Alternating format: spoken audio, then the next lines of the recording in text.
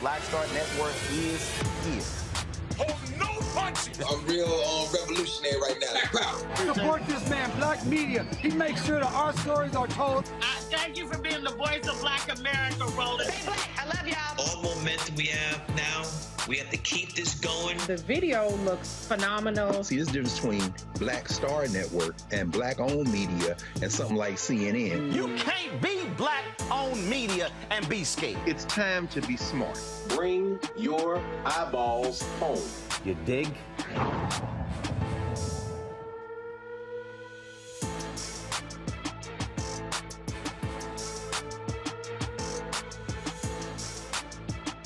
Today is Monday, November 7th, 2022. Coming up on Roland Martin Unfiltered, streaming live on the Black Star Network. It is election eve. Candidates are making their final stand. Polls will be opening early in the morning. We'll talk about the importance of what it means for black voters. Also, the Department of Justice sending monitors to 24 states to ensure compliance with voting rights laws. We'll talk with Congressman Jim Clyburn about the election. Also, we'll talk with the Lawyers Committee for Civil Rights Under Law about voter protection. Plus, we'll hear from Congressman Gregory Meeks of New York as well. Folks, Cheri Beasley is vying to become North Carolina's first Black U.S. Senator. We'll talk with her on the show as well. It is a jam-packed show. It is time to bring the funk on Roland Martin Unfiltered on the Black Star Network. Let's go. He's got it. Whatever the miss, he's on it. Whatever it is, he's got the scoop, the fact, the find. And when it breaks, he's right on time and it's rolling. Best believe he's knowing. Putting it down from sports to news to politics. With entertainment just for kicks, he's rolling. It's on go, roll, roll, y'all.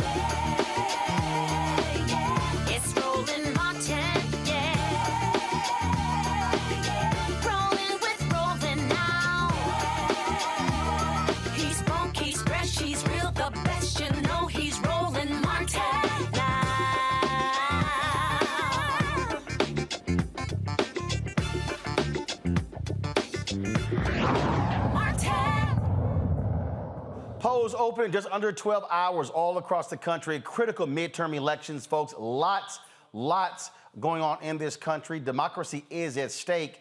So the question is, are we going to see a massive turnout? Republicans are enthused. They normally do well on Election Day. Democrats must ensure they close that gap. Joining us right now is the highest-ranking African-American in Congress, Congressman Jim Clyburn of South Carolina. Congressman, glad to have you on the show. You have talked a lot lately about this election, what you're seeing from folks on the right, how they are operating when it comes to democracy. And the fact of the matter is, and I've been saying to people on this show, you do not want to see what these people have in store if they control the House and control the Senate, and what that means for black folks. You're absolutely correct. And thank you so much for having me, Roland. You know, I have been in about 8 or 9 states in the last 2 weeks. And the enthusiasm in the union halls, in the fellowship halls, every place I go, the enthusiasm is there. For some strange reason, the reports seem to be to the contrary. And I was kind of interested to see this morning, the reports are the enthusiasm level for Democrats, 73, Republicans, 73. Now, a week ago, they had us way down on the enthusiasm level. Enthusiasm is there. The problem we've got is that in so many places, like the reports we got out of Philadelphia today, over 3,000 early votes are being challenged, and for what reason, nobody seems to understand yet.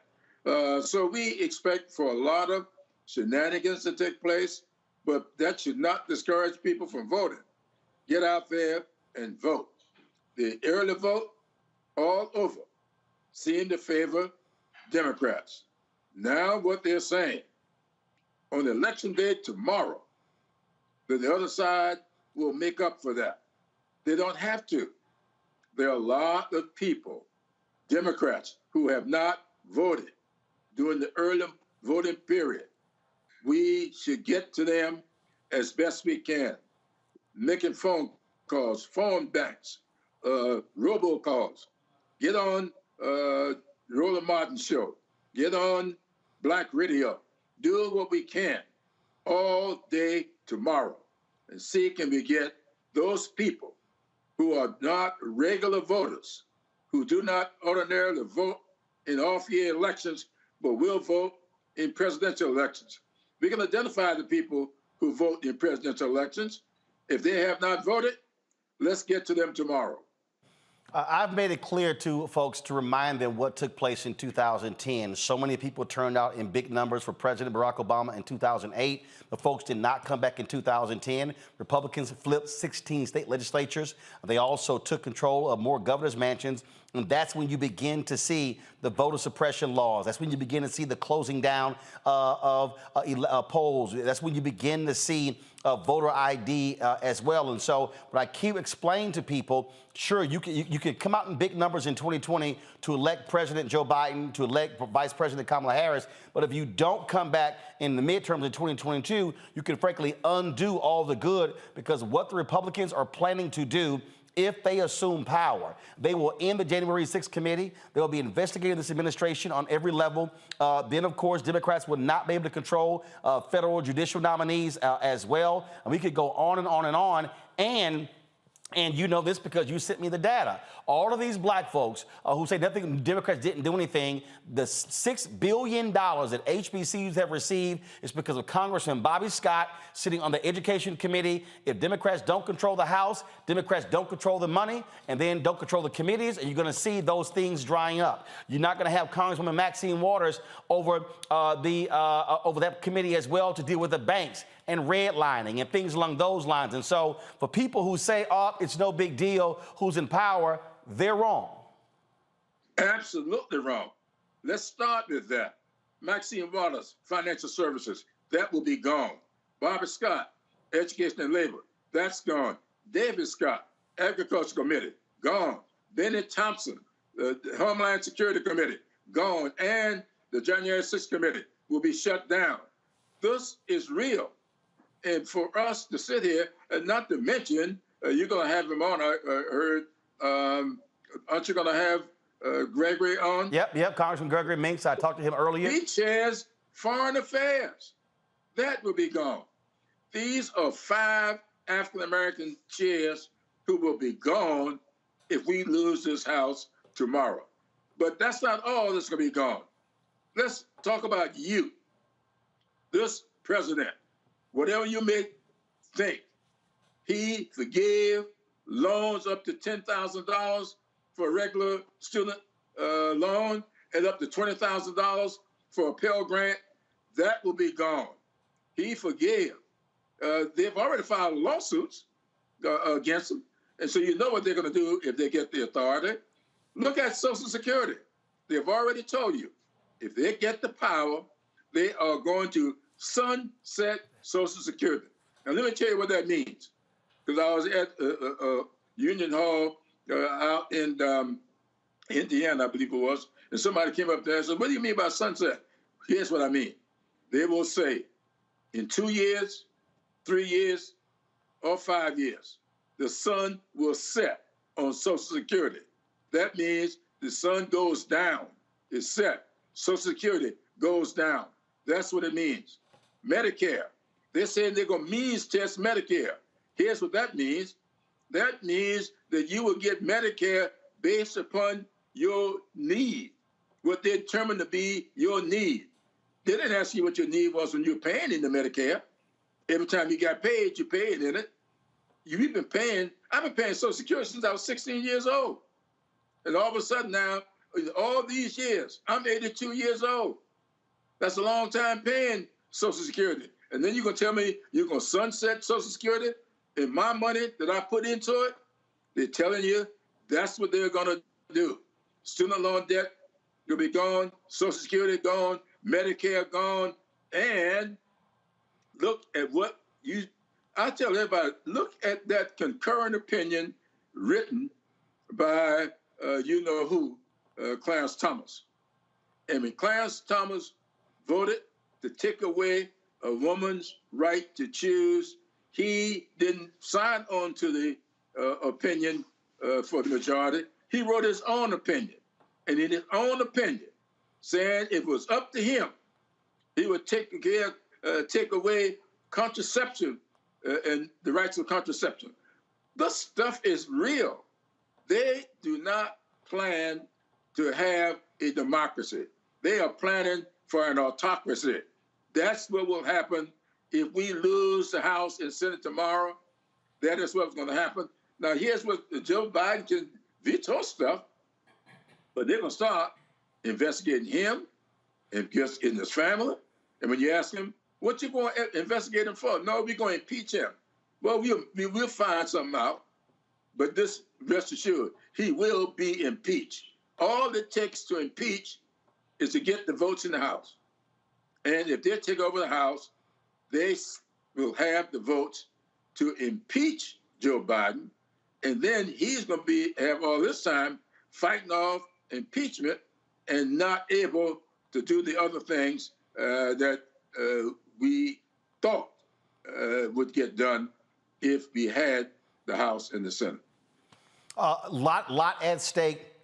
And a final question for you. Again, I talk about the United States Senate, and we keep going over the importance of black voters.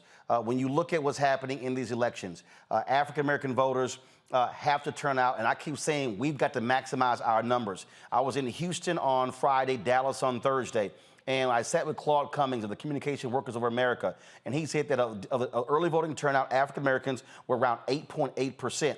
He said if black voters got to 12 to 15%, then Democrats could actually flip Texas. We're going to play a video a little bit later of Gary Chambers reading off the abysmal numbers of black folks voting early in Louisiana, even though we make up a third of that particular state. If black voters turn out, again, at 65, 70, 75% of our numbers, Georgia is a cakewalk. North Carolina, cakewalk. In fact, we could actually win races in South Carolina statewide if we vote our numbers. Absolutely. That's what's bothering me so much. I've been doing robocalls. I'm going to tape some more tonight for Election Day because, as you just mentioned, In some parts of South Carolina, the black vote is down from the last, 2018. Other parts is way up. But there are areas, as you said, where we could take over legislative seats. There are places where we can win statewide offices. And we got somebody running for superintendent of education here in South Carolina who's all for taking public money away from public schools and giving it to private schools, schools that can reject any student they want to for any reason they can make up. That's the kind of stuff that's on the ballot. We have got to turn out and vote tomorrow like we never voted before. And let me say this, I used to teach history. And I remember my students used to tell me all the time, why we spend so much time talking about stuff that happened way back yonder. And I would always say to them, because anything that's happened before can happen again. Now, a lot of people introduced me as the first black congressman from South Carolina. No, I'm the 9th. There were 8 black people from South Carolina serving in the United States Congress before me. The problem is there are 95 years between number 8 and number 9. Why? Because in 1896, Plessy versus Ferguson, they took all of our voting rights away, and black folks got out of Congress, out of legislative halls, and it was 95 years before another one came from South Carolina. That is what's in store when you've got a law on the books in Georgia that says you can nullify votes, that says it's a criminal act to give somebody a bottle of water, waiting in line to vote. These kinds of things are just as onerous as it was back in the 50s and the 40s when you had to tell how many bubbles were in a bar of soap, how many jelly beans in a jar in order to register to vote. Interpret the Constitution to the satisfaction of somebody sitting in a chair who probably, I would bet money, could not read, could not spell Constitution. So this is what we are up against. These MAGA or MAGA Republicans, whatever they call themselves, they are planning a legitimate insurrection. They tried one on January 6th. It did not work. They are going state by state, precinct by precinct, trying to install autocracy in this country. Congressman Jim Clyburn, we certainly appreciate it. We've done as much as we could to sound the alarm on this show. And in my interview with Congressman Gregory Meeks, one of the things that we talked about also was the need for these, and I'm going to say it, these white strategists in the Democratic Party, they have got to put the resources to turn out black folks, especially black men. They got to be able to have a dedicated program to do so. You turn your core voters out, and also they got to spend the money on black-owned media. I can tell you what was spent with us was paltry, and then all of a sudden people start blowing my phone up last week, and I'm like, we've been waiting on y'all for 6 weeks. For 6 months. I think that, look, if Democrats don't win tomorrow and we look at those numbers and we don't see where black voters could have been or should have been, there needs to be some serious discussions at the DSCC, DCCC, DGA, all of these liberal progressive PACs as well, because at the end of the day, they keep chasing suburban white women, but you better pay attention to your base, and the base of the Democratic Party are black people. And let me just say this. Even if you were to win tomorrow, that is a conversation that we've got to have going forward, because we have got to regain those legislative seats that we lost. Indeed. Congressman, we appreciate it. Thanks a lot. Thank you, buddy. All right, thank you very much. Folks, voter protection is critically important. The Lawyers Committee for Civil Rights Under Law, they are absolutely focused on that. You might have been seeing this ad. We've been running this ad beginning last week that's been focused on protecting the vote. Here it is. The one from Lawyers Committee, folks, the voter protection, the 866-hour vote. That commercial's been in us, so control room, get that commercial ready. Then I'll have that in a second. Joining us right now is Dorian Spence, the Vice President of Strategy and Programs at the Lawyers Committee for Civil Rights Under Law. Dorian, you heard the congressman there talking about what Republicans have been doing, challenging ballots all across the country, sending in these monitors. Texas sending in monitors to Harris County. They've been doing that. We also have been seeing, again, just these folks in Arizona, with weapons, looking over these ballot drop boxes. I mean, you have serious intimidation efforts by folks on the right, and that's really what 866 Our Vote is all about. That's absolutely accurate, Roland. First and foremost, thank you for having us on. We truly appreciate the opportunity to talk to you about election protection, which is the nation's leading nonpartisan voter protection program. We've been active since the year 2002, and we stand at the vanguard ready to protect anyone's vote who seeks to cast a ballot. We're active in over 31 states this election cycle. We have over 300 national partners. We have volunteers on the ground. We have volunteers in call centers ready to take calls from people who run into problems when they go to cast their ballot. We just heard earlier today that the Department of Justice is deploying poll watchers in, I think, 64 jurisdictions in 24 states. And this is a welcome news, especially given the downturn in observers that we saw during the Trump administration, during the Trump years. So this is a good uptick, an increase in almost 40%. But the election protection program is designed to make sure that anyone who is legally eligible to cast a ballot can cast that ballot. We answer questions as small and benign as, I don't know where my polling place is, to something as big and as onerous as, I went to the polling location, I have my voter registration card, and they're not letting me vote. We have fixes for all problems in between. And we already seeing what's going on.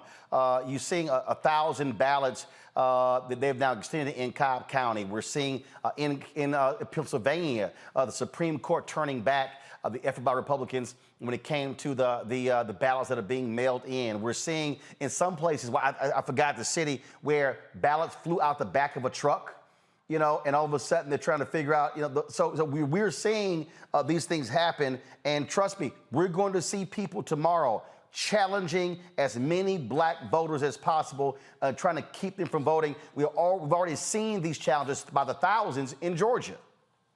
Right, and this is a direct reaction to the election of 2020, just to be frank. We know what the reaction is going to be when people of color broadly, but black people specifically, exercise their constitutional right to vote. So this is nothing new, but we tell people to stand in the pocket, resolve and resolute, and cast their ballot, even if it takes a long time if they have to stand in line. But if you run into problems on election day, I want you to program this number into your phone. 1-866-OUR-VOTE. Once again, you've seen the ads on Roland Martin's show. We really appreciate you running these ads, Roland. But 1-866-OUR-VOTE will try to help you get an answer to the problem that you're running into at the polling location. And so, again, for the people who might have issues, all of a sudden something crops up, and if they can't sell it, they can, now, because some places say you can't use cell phones, so they can call that number as they're standing there in line, correct? That is correct. And we want to hear about problems, even if you're not sure if it's a major problem. For example, let's say you go vote at lunchtime and it's taking longer than you anticipated and the lines are long. Give us a call. We'll see if we can get in contact with somebody on the ground to figure out what's going on, whether it's a polling machine malfunction and you might just need to go and come back later, or if you're in line and the polling location closes at 7 o'clock and they try to close the doors on you, but you were already in line at the closing time, we'll get on to somebody on the phone to make sure that that polling location does not close before you have the opportunity to cast your ballot. So 1-866-OUR-VOTE. If you're running into problems, we want to hear about it. We really want to hear about it because we want to help you and make sure that you can cast your ballot. So the main thing is for anybody, if you have issues, don't get pissed off, don't get angry, don't leave in protest. Make sure you're able to cast your ballot. Call that number, and no matter what goes on, call that number, and y'all can help them through that process. Don't get frustrated and just leave. Absolutely, absolutely. We need your votes. We need your votes. This is your constitutional right, but it's also your duty. There's a lot on the ballot this November. Our democracy, and I don't mean to fearmonger, but I'm glad Representative Clyburn said what he said before I hopped on. Listen, the core tenets of our democracy are under attack. This is one of the most critical elections of my lifetime. So we need you to get out and exercise your vote. Absolutely. All right, Dorian Spence, we certainly appreciate it. The Laws Committee for Civil Rights Under Law. Thanks a lot. Truly appreciate you, Roland. Thank you. I appreciate it, folks. Here are some of those ads we're talking about. We've been running them, and so these are the ads they have put together. It's important for you to lock that number into your phone. Go ahead and play it. Know your rights before you vote. If you have any questions or a problem voting, call or text 1-866-OUR-VOTE. For more information, call or text 1-866-OUR-VOTE. Exercise your right to vote. If the lines are long or you're getting turned away, call or text 1-866-OUR-VOTE. For more information, call or text 1-866-OUR-VOTE. Know your voting rights. If you are unsure where to vote or don't know if your polling location has changed, call or text 1-866-OUR-VOTE. For more information, call or text 1-866-OUR-VOTE. It's time to know your rights. If someone is questioning your right to vote, call or text 1-866-OUR-VOTE. For more information, call or text 1-866-OUR-VOTE. Folks, and so again, that's the good what the Laws Committee for Civil Rights Under Law is doing, all critically important. Got to go to break. We come back. We'll talk with our panel. We'll hear from Congressman Gregory Meeks, also on the show. We're going to hear from Cheri Beasley, who's running for the United States Senate in North Carolina as well. Plus, we'll show you that video Gary Chambers is putting out, talking about the low and abysmal early voting numbers happening in Louisiana. We'll talk about all of that. And plus, Nikki Haley.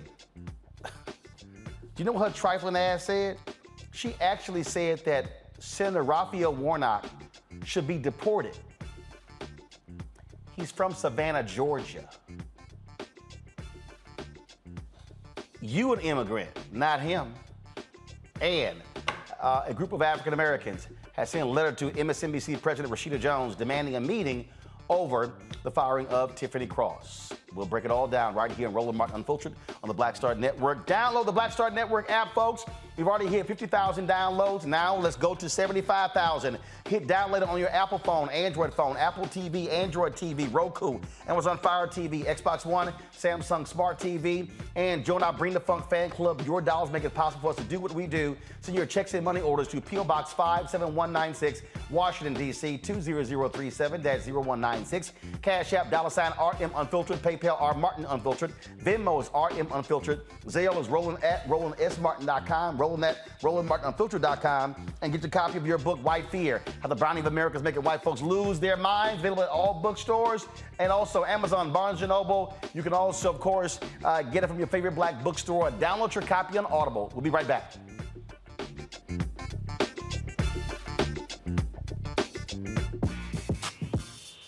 When we invest in ourselves, our glow, our vision, our vibe, we all shine.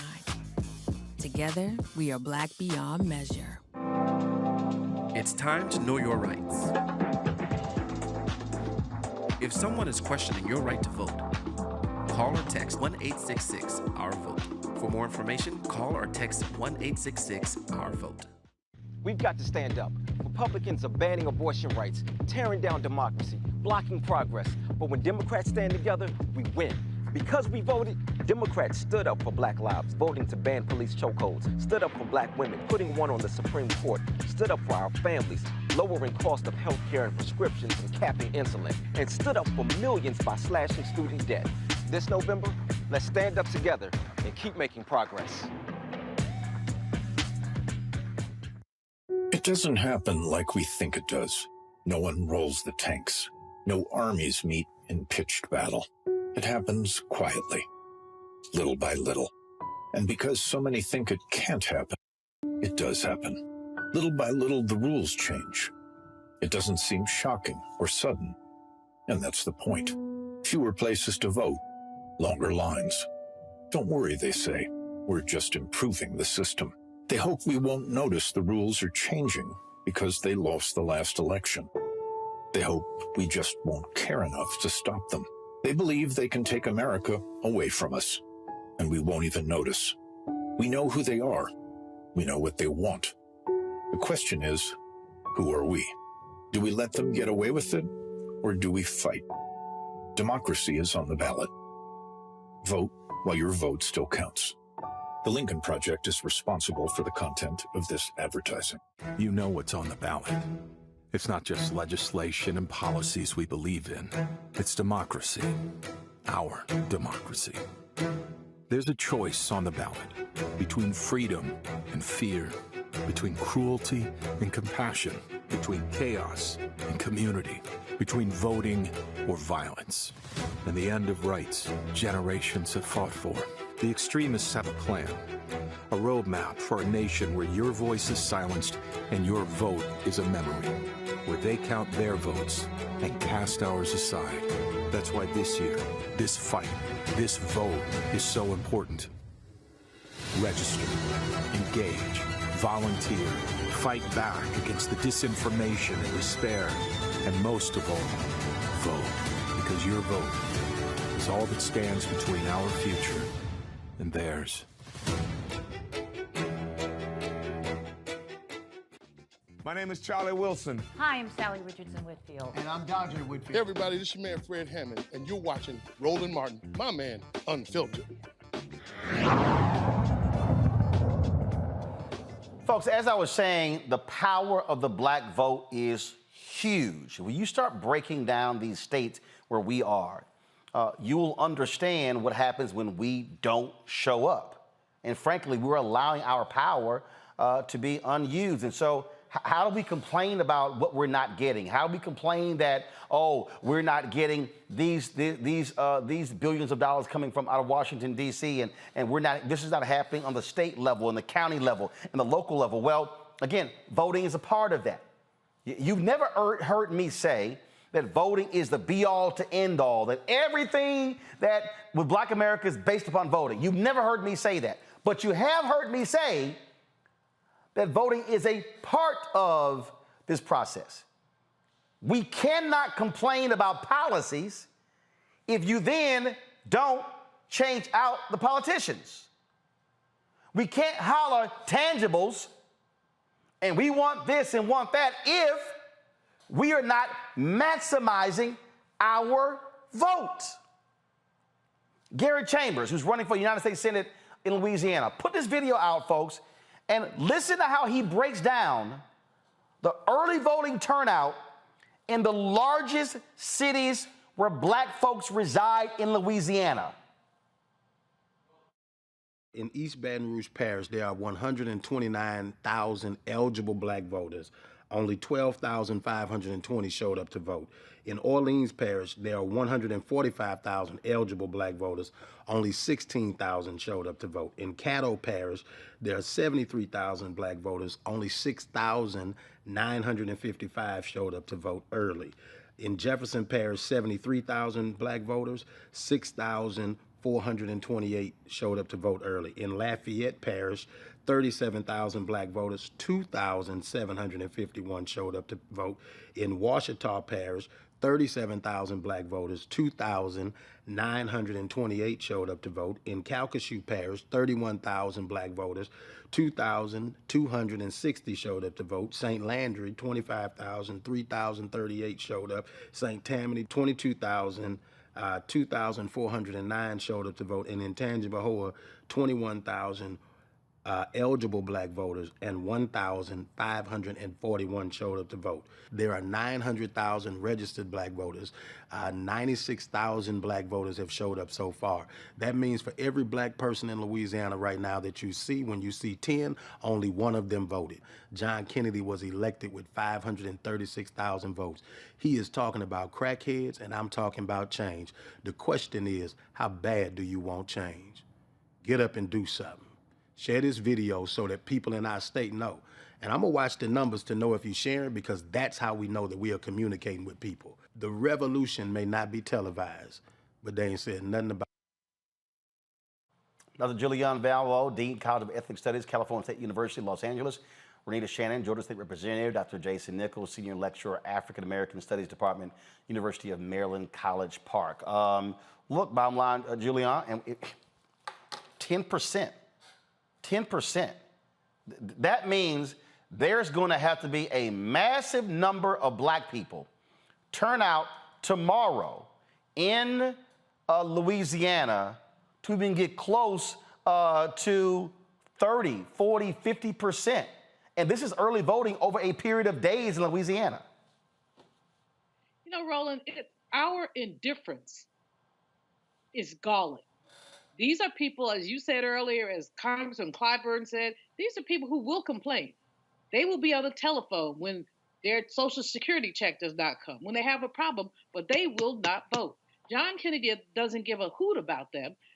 They need to get out and vote. And this brother's video is staggering, literally 1 in 10. And he goes through parish by parish to look at what's going on. But the indifference that our people have, and it's you know, people like Melanie Campbell, Natasha Brown, these folks are out there beating drums saying, come on, guys, vote. We shouldn't have to beg people to do something that will make a difference in the quality of their lives. And if you stay home, don't complain. That's all. Just don't complain. When somebody beats your child upside the head, don't complain. You went for it. When inflation goes up and the cost of food goes up, don't complain. When the schools close or they outlaw our books, don't complain. Because we have too many black people who are just too apathetic and indifferent to the process. Now, I get it. I just had a young brother on campus who said to me he wasn't going to vote. But we've got a pivotal election here in L.A. Karen Bass, a wonderful former congresswoman, and what's his name, Rick Caruso, the multi-millionaire who believes he could purchase elections. He's been outspending her like 13-1. And this young brother says he's not going to vote because whoever he votes for is not going to solve the homeless problem. And I told him, I said, but I guarantee you this, nobody can solve the problem, but Rick Caruso will make a profit out of the homeless problem. A profit because he's a predatory capitalist. So, I mean, I'd argue with a young man for about 15 minutes and I had something else to do. And I told him, I said, you know, Dr. King is rolling over his grave. And, you know, but that argument doesn't work for young people. And I don't know what we can say to them to get them to understand this is connected to their lives and their livelihoods. But so many of them, just whatever happened to them, they didn't have the enthusiasm. I remember the first time I voted in 1972. I remember. I couldn't wait to vote. I wanted to vote. And I think a lot of people in my generation, we boomers, we felt that way. But I don't know what we lost along the way with these younger people, but our entire community suffers when people say, like this young brother, well, it really doesn't make a difference. It does make a difference. I think right there, Representative Shannon, that again, okay, so someone says, well, you know, none of these folks are going to solve the homeless problem. Okay, what are you solving by actually not voting? To me, this is, and look, and I get it. I get folks being frustrated. I get them being upset. I get them being angry. But I keep saying, you know, one of these folks are going to win. And so if you care about the homeless issue, what we should be doing is mobilizing and organizing so whoever wins, applying that pressure to deal with that problem. Well, so I'm going to give the voters of Louisiana the benefit of the doubt because we don't know if there was any organizational support to tell folks to vote early. Our early voting in Georgia has been historic, and you've been hearing about it around the nation. But that's because organizations for the last couple of years, pretty much at the same time that we saw Republicans ramp up and start to do more and more voter suppression tactics, left-leaning organizations, voting rights organizations, as well as candidates all came together to start telling people, listen, you must early vote, and here's why it's important, so that you can fix issues and not wait until election day and then have issues that may not be fixable, and as a result, your vote may not count at all. If you're not having all those systems come together and you're not having everybody sing together on the same page about the importance of early voting, you're not going to get that result of folks early voting. I totally understand that. I totally understand that. But let's just be real clear. If you're living in Louisiana, you are being inundated with political ads on television, on every radio station. You seeing billboards. You see something is telling you, yo, there's an election going on around here. And I get it. and you absolutely have to have the organizations that are on the ground, and there are organizations that are on the ground in Louisiana that have been doing that. Have they gotten the level of attention that with what New Georgia Voting Project did? No. Have they gotten that? But you have had that.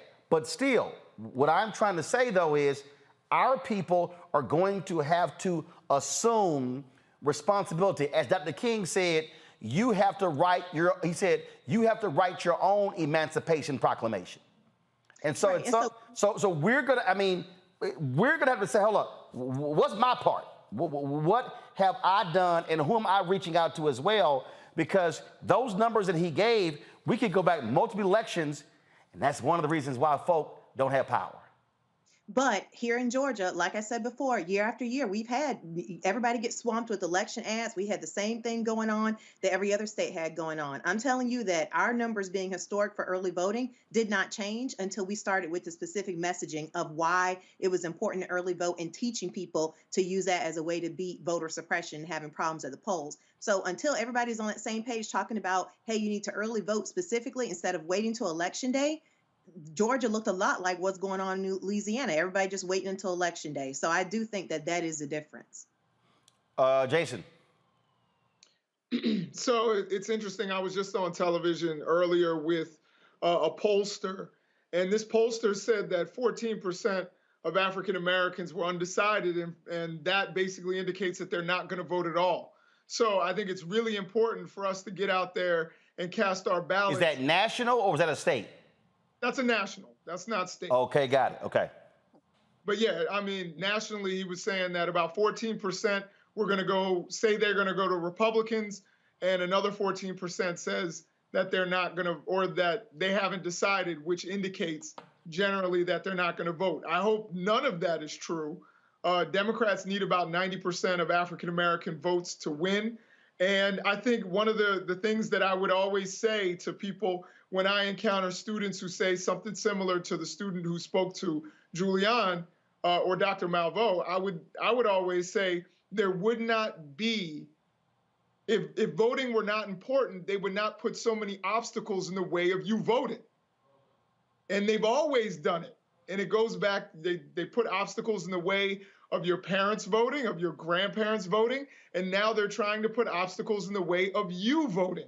If voting were not important, they wouldn't do that. And again, part of this is our responsibility after Election Day, as you stated, Roland, and that is that we have to hold our elected officials accountable. You don't just elect your school board. You go to school board meetings. You go and you say that you don't like the curriculum. Guess who's doing that?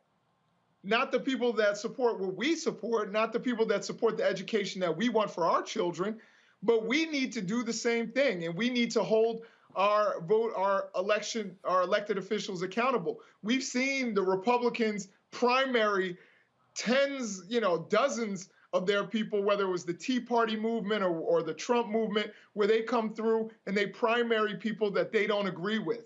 We need to use our ballot as power and not say that it doesn't do anything, because if it didn't, they wouldn't put so many obstacles in the way of us voting.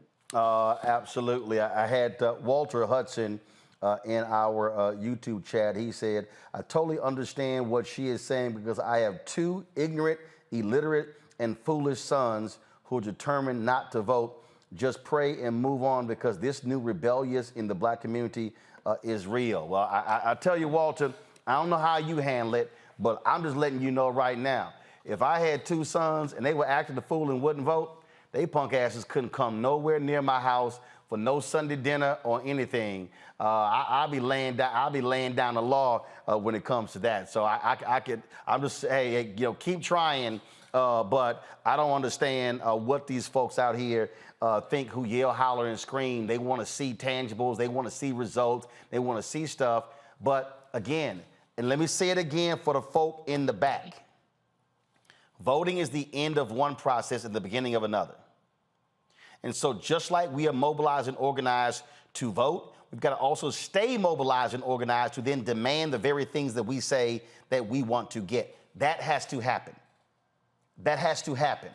And look, and for all y'all wannabe so-called radicals, what did Stokely Carmichael, Kwame Ture, say about this very issue?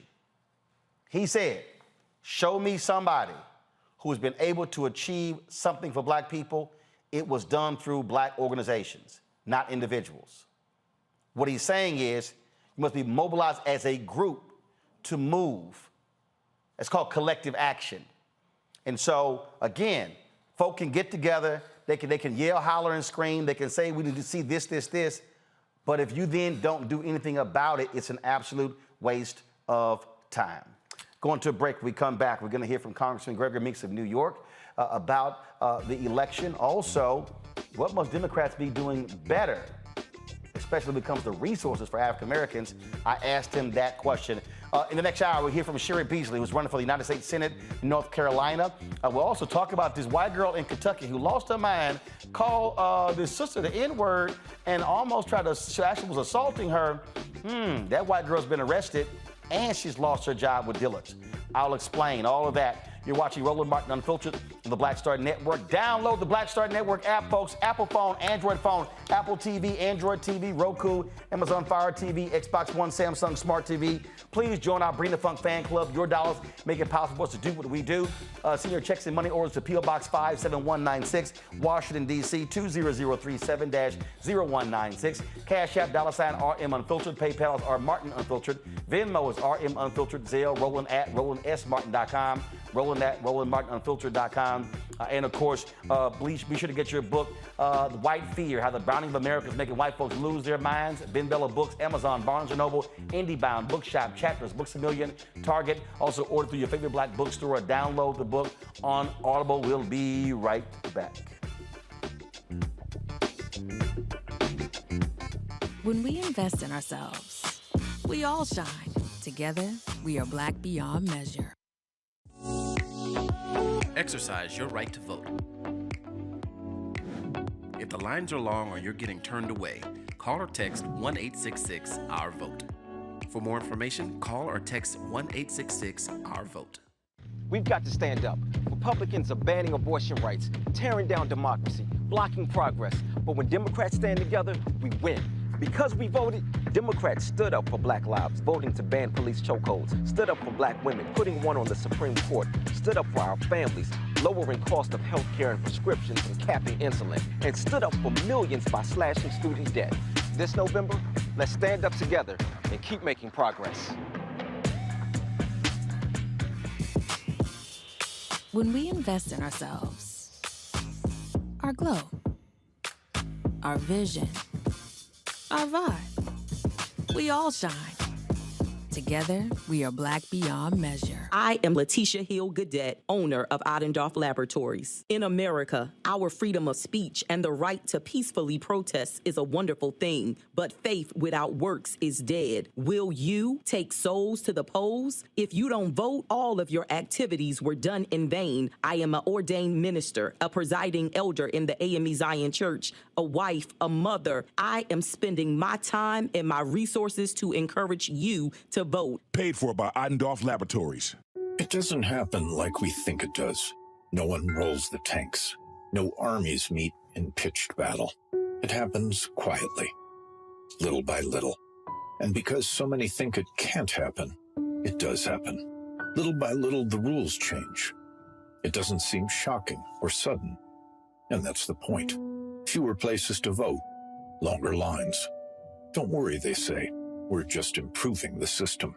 They hope we won't notice the rules are changing because they lost the last election. They hope we just won't care enough to stop them. They believe they can take America away from us, and we won't even notice. We know who they are. We know what they want. The question is, who are we? Do we let them get away with it, or do we fight? Democracy is on the ballot. Vote while your vote still counts. The Lincoln Project is responsible for the content of this advertising. Hey everybody, it's your girl Lunel. So what's up? This is your boy Earthquake. Hi, I'm Cheri Rose, and you're watching Roland Martin Unfiltered.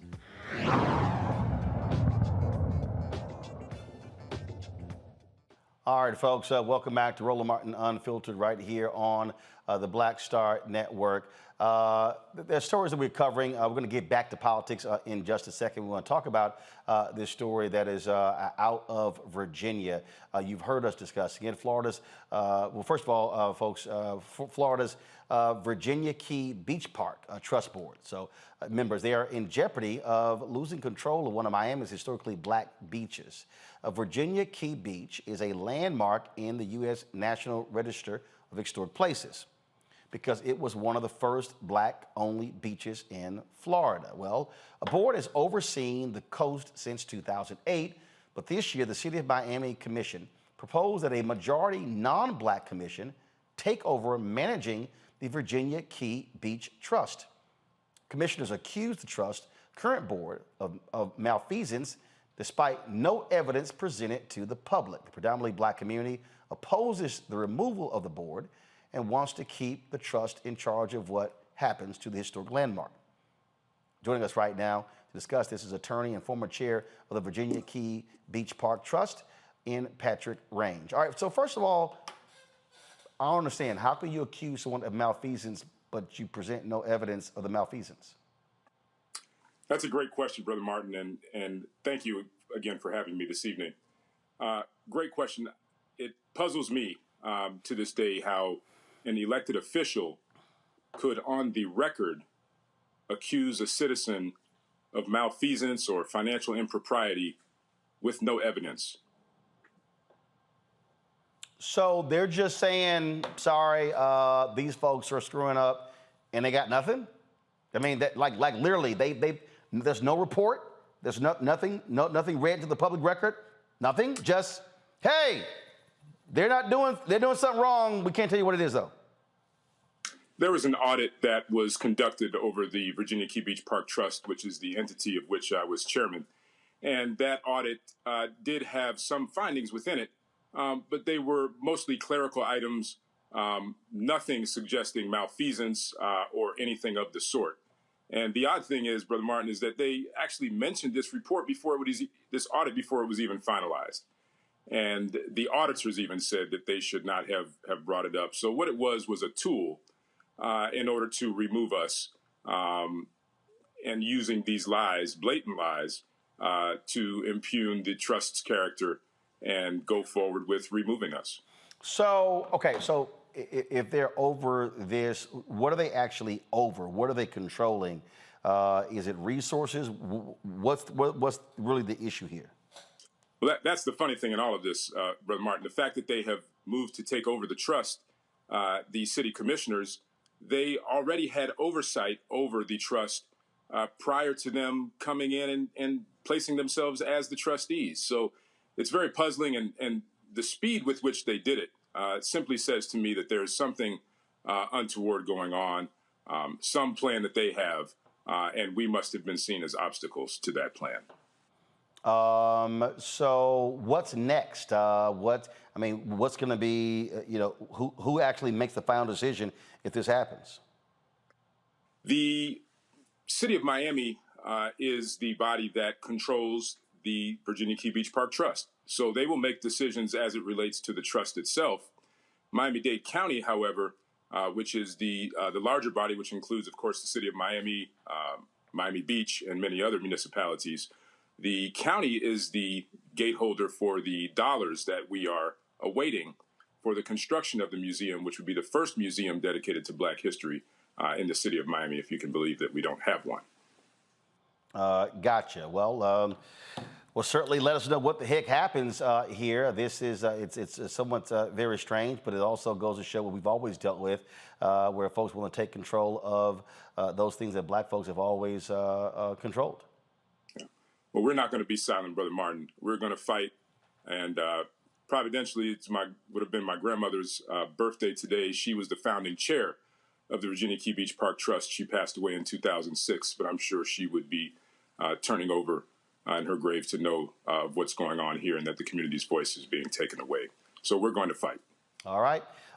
Patrick Range, we appreciate it. Thanks a lot. Thank you, Brother Martin. All right, folks. again, we talk about this election and what's going on. Well, that's a perfect example. When you talk about these groups, these commissions, and who controls them, that also is tied to votes. Why? They're people who appoint commissioners. I can't keep explaining to folks over and over and over again why voting matters in terms of who's in power. When you have power, then you're the one who gets to call the shots. I talked with Congressman Greg Meeks of New York about this election, what matters, and also what Democrats should be doing, and also what happens if they lose the House and or the Senate. There needs to be a reckoning when it comes to what they've done with black voters. Here's our conversation. All right, Congressman Greg Meeks, let's get right to it. Election is tomorrow. Look, Democrats are desperately trying to hold on to the House. You've got a lot of tight races. You've got Maloney there in New York in a dogfight. A lot of these prognosticators are saying that Democrats are going to lose the House. What do you see happening tomorrow? I see Democrats holding the House. I think that when you look at the procrastinators and what they're saying, there's a whole, they're going by some of the polls, and polls have proven to be wrong. Number one, when you look at the number of individuals who are newly registered, they're not being polled. And we saw a whole slew of newly registered individuals, especially young people, in August and September. And I think that when it comes down to the fact that when folks look at what we have done, as compared to what the Republicans talk about, that ultimately they are going to vote for Democrats. Is it going to be a close election? Absolutely, it's going to be close. But I do think that, and the reason why it's going to be close, in my estimation, is only because we had so many Democrats that retired, and so we have more seats that are open that used to be held by Democrats than the Republicans have to defend. But I think that if we come out to vote, especially black and brown people, if we come out to vote in the same way that we did in 2016, and in the way that we did for Barack Obama, if we come out to vote, we win. But on that, I mean, here's the reality. The reality is Obama brought out those black voters because he was African American. Let's just be straight. And I have been critical of him and the Democratic Party infrastructure, because what happened was a lot of those white media consultants, I'm going to be very specific, were like, cool, we don't have to sit here and do what we did before. Now, here's the problem with that. You still needed that black infrastructure when he was no longer president. And since he left, Democrats have been desperately trying to put that infrastructure back together. And I can tell you, Congressman, I have spent a lot of time on the ground with grassroots organizations, with activists, myself in Black-owned media, that short shrift is being paid and the resources are not being put, into black communities to turn them out. We're seeing what's happening with black men. That a lot of us sounded the alarm, and there was no significant infrastructure put in place or a plan to really talk to them. And so, look, if Democrats lose the House tomorrow night and lose the Senate, or lose either one, there has to be a reckoning in this party when it comes to the soul and the backbone of the party and the unwillingness to properly fund and go after black voters. Well, I think that what we're seeing is happening. I know, for example, there's been more individuals as chair of the Congressional Black Caucus's Political Action Committee. We put more money into it, and we had it focused on black men. And we've talked within the DCCC and others, and we've watched the vendors. And I can tell you that with reference to the dollars that the DCCC has put in, I think part of the problem is, though, when you look at what takes place at these elections, and the reason why you look at the money differential that's compared there into the Democratic Party or not, is because of the Citizen United case. And you see these multi-billionaire Republicans at the last second putting in all of this money, and it makes the scale go, lopsided. Oh, no. I totally get that. I'm not speaking of the actual scale. What I'm speaking of are real dollars. And what I'm talking about is, and I'll go ahead and say it, all too often, and I've heard this from way too many black folks who've been in this game for quite some time, that black folks are asked to volunteer and not be paid. I can tell you, look, we were reaching out 6-7 months ago in terms of my media company, others in black-owned media, weren't hearing back, folks weren't getting back. Then all of a sudden, we do get a phone call in September, and what was being discussed was so trifling that I simply rejected it outright on principle. What I'm saying is, look, the black voter today is different than it was 20, 30 years ago. Older black voters self-identify as Democrats. You go 45 and below, they're not. So Democrats are going to have to work a hell of a lot harder to get black folks a message to them. And what I'm saying is that's a problem, and we're actually seeing it in the research and the data that exists before us. And I think that is going to be something that they are going to have to address. They lose tomorrow, it's sitting right there, and the black pollsters have been saying it. I don't know if these white strategists in the party are listening. Well, I'm not going to, dispute what you're saying in that regards. I will say this, that midterm elections, at least from my viewpoint on the House side, is different than when you have a presidential election. Very true. Historically, we've always had a lower turnout in midterm elections. And in midterm elections for the House, we're trying to fight for seats to keep in the majority in that regards. And too often, the districts that we've got to win have smaller numbers of African Americans in those House seats. And so, for example, those House seats that we need to win to maintain the House, they have, and we're investing in trying to get maybe the 9% or the 10% or the 5% of black folks that are in there to get them out, and to try to convince the candidates and others that we've got to put money in there to get that, because that 10% admittedly could be the difference between winning and losing. And what they don't understand is that's the fact. So you look at it and you say, oh, there's only 10% African Americans in this particular House seat. And so you don't invest in that community. That's wrong, because that can be the difference between winning and losing. And so we try to get that message out. Now, you're absolutely right when you talk about on a larger scale, trying to win a state with the gubernatorial elections, the Senate elections. There's got to be a new way to look at who, and make sure that it's equitable, because I also will agree with you on this. Your company, for example, they offer you one amount of dollars, and somebody else who's going to do something else with other folks, et cetera, they pay them substantially more. So I don't blame you for saying that I'm going to only accept what you are paying other people. Yep. And so we're going to fight again for the Congressional Black Caucus to make sure that there's parity and it's equitable in the number and who you're hiring and how you're paying them.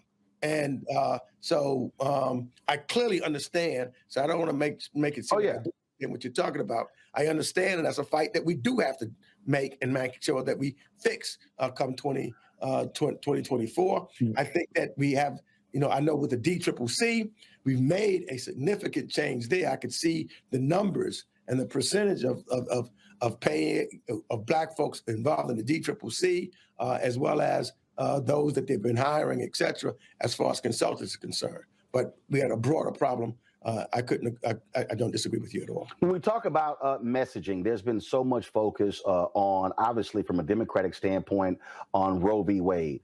But when you look at what people are talking about, they're talking about economy.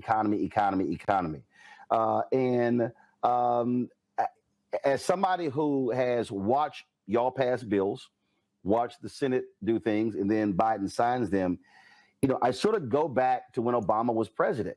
And that is, okay, signing a bill is one thing, but going hard and messaging and letting folks know what you did is another thing. Do you believe that's also one of the weaknesses that Democrats did not properly define themselves on what happened with this economy? I mean, I look at this election and I saw very few people reminding who sent those checks out. They help people pay their rent. They help people put gas in their car. And who screwed up the Earned Income Child Tax Credit? And I was just sort of like sitting here going, there is an economic story to tell. They're just not telling it. Roland, you are 1,000% right. I'm looking at all of the ads that everybody put on television.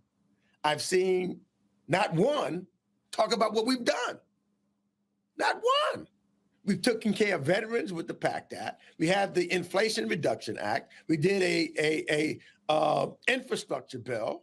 We passed the CHIPS bill, all of which brings jobs back, creates better opportunities, makes some prescription. You can negotiate your prescription drugs now, caps the the amount that seniors would have to pay for health care, extended everybody saves money, money that we put people's in pockets. They forget about when Trump was president, we didn't have, what he was talking about as far as the pandemic is concerned. And there is not one commercial that I've seen to articulate what we have done. I know in my district, I say that all the time. I said, do I have to remind you? Let me remind you of this fact. And we did it with a 50-50 split Senate and only a 5 majority in the House. So the motivation of what should have been, especially in the Senate, is because we had times where we had 1 or 2 senators, because we had 0 votes on the Republican side. Remember that, 0. Right. And where 1 or 2 senators, thereby who come from different kinds of districts, could hold it up. So we should have had the momentum, and the objective is, let's elect at least 2 more senators, so therefore we don't have to worry about just that 1 or 2. But we have not talked about that at all. Yeah, that's been, I'm just kind of like, okay, what's going on here? I got to ask you this here. President Biden gave a strong speech last week talking about democracy. And I saw this piece in the New York Times where it said that Biden was hoping to preside over, ending this polarization. And I just think that's Pollyanna, to be perfectly honest. I think at some point, President Biden and Democratic leadership are going to have to accept the reality that stop saying this is not your grandfather's Republican Party. That ain't coming back. The Republican Party today is who they are. They are who, as Dennis Green said that video, we knew who they were. Okay. And that's the deal. Okay. They're not going back. This notion of ultra MAGA, MAGA is the GOP. And I think part of this thing moving forward, Democrats are going to have to take an aggressive posture and understand you're not reasoning with people who have decided to be 100% in bed with Donald Trump and the crazies. That is now the party. They believe in power, not principles, not morals, not values, not ethics, not character. They want to hold on to power. And I think that has to be how you treat them and deal with them. And I think that's why they should hire you. Because we should hire you, because that's exactly the truth. That's exactly the truth. The Republican Party, look at all of those folks that the Republican Party of the past, they got out of the party themselves. Look at Joe Scarborough. He was one of the biggest Republicans. He's got out of the party. And all of those kind of, so they tell you that's not our party anymore. So if you see the Republicans of the past saying that's not our party anymore, and they had to leave the party, then you should believe them. And that's who they are. The Republican is the Magna Party. This so-called, they try to call themselves the Freedom Caucus. They're really the caucus of January 6th, the insurrectionist caucus. Yeah, absolutely. And absolutely. That's, so, and trying to rationalize and deal with them does not make any sense. When you look at those individuals, they're not rational. And that's what that Republican Party is. And that's what should be said.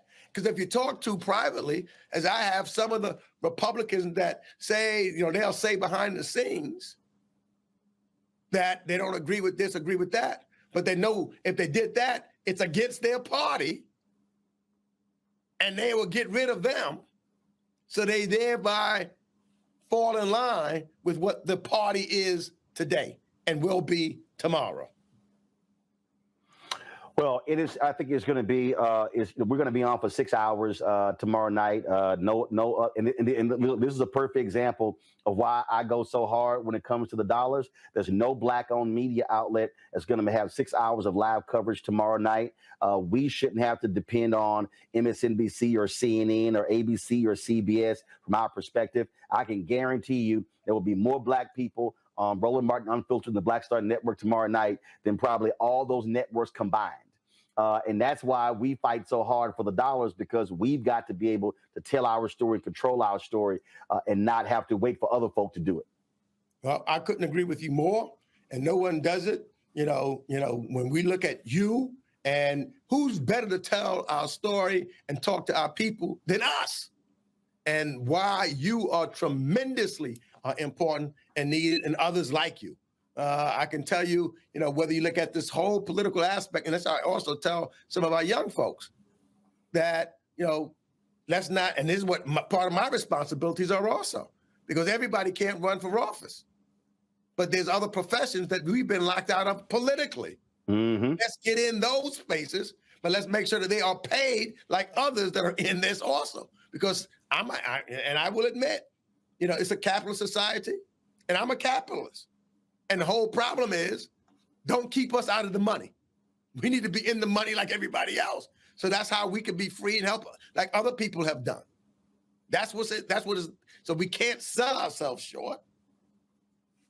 And let's make sure that we're getting into, and my job is to help opening some of those doors and making sure that we have equity, which is what we've been doing, why these elections are important, what Maxine Waters, for example, has been doing as chair of the Financial Services Committee, putting George Beatty and creating a committee for diversity and inclusion, and then bringing CEOs and others and saying these boards got to open up and putting people in responsible spots where they could make some money, but also change the industry itself so that we can benefit from and have more access to capital and have more businesses, big, small, and medium.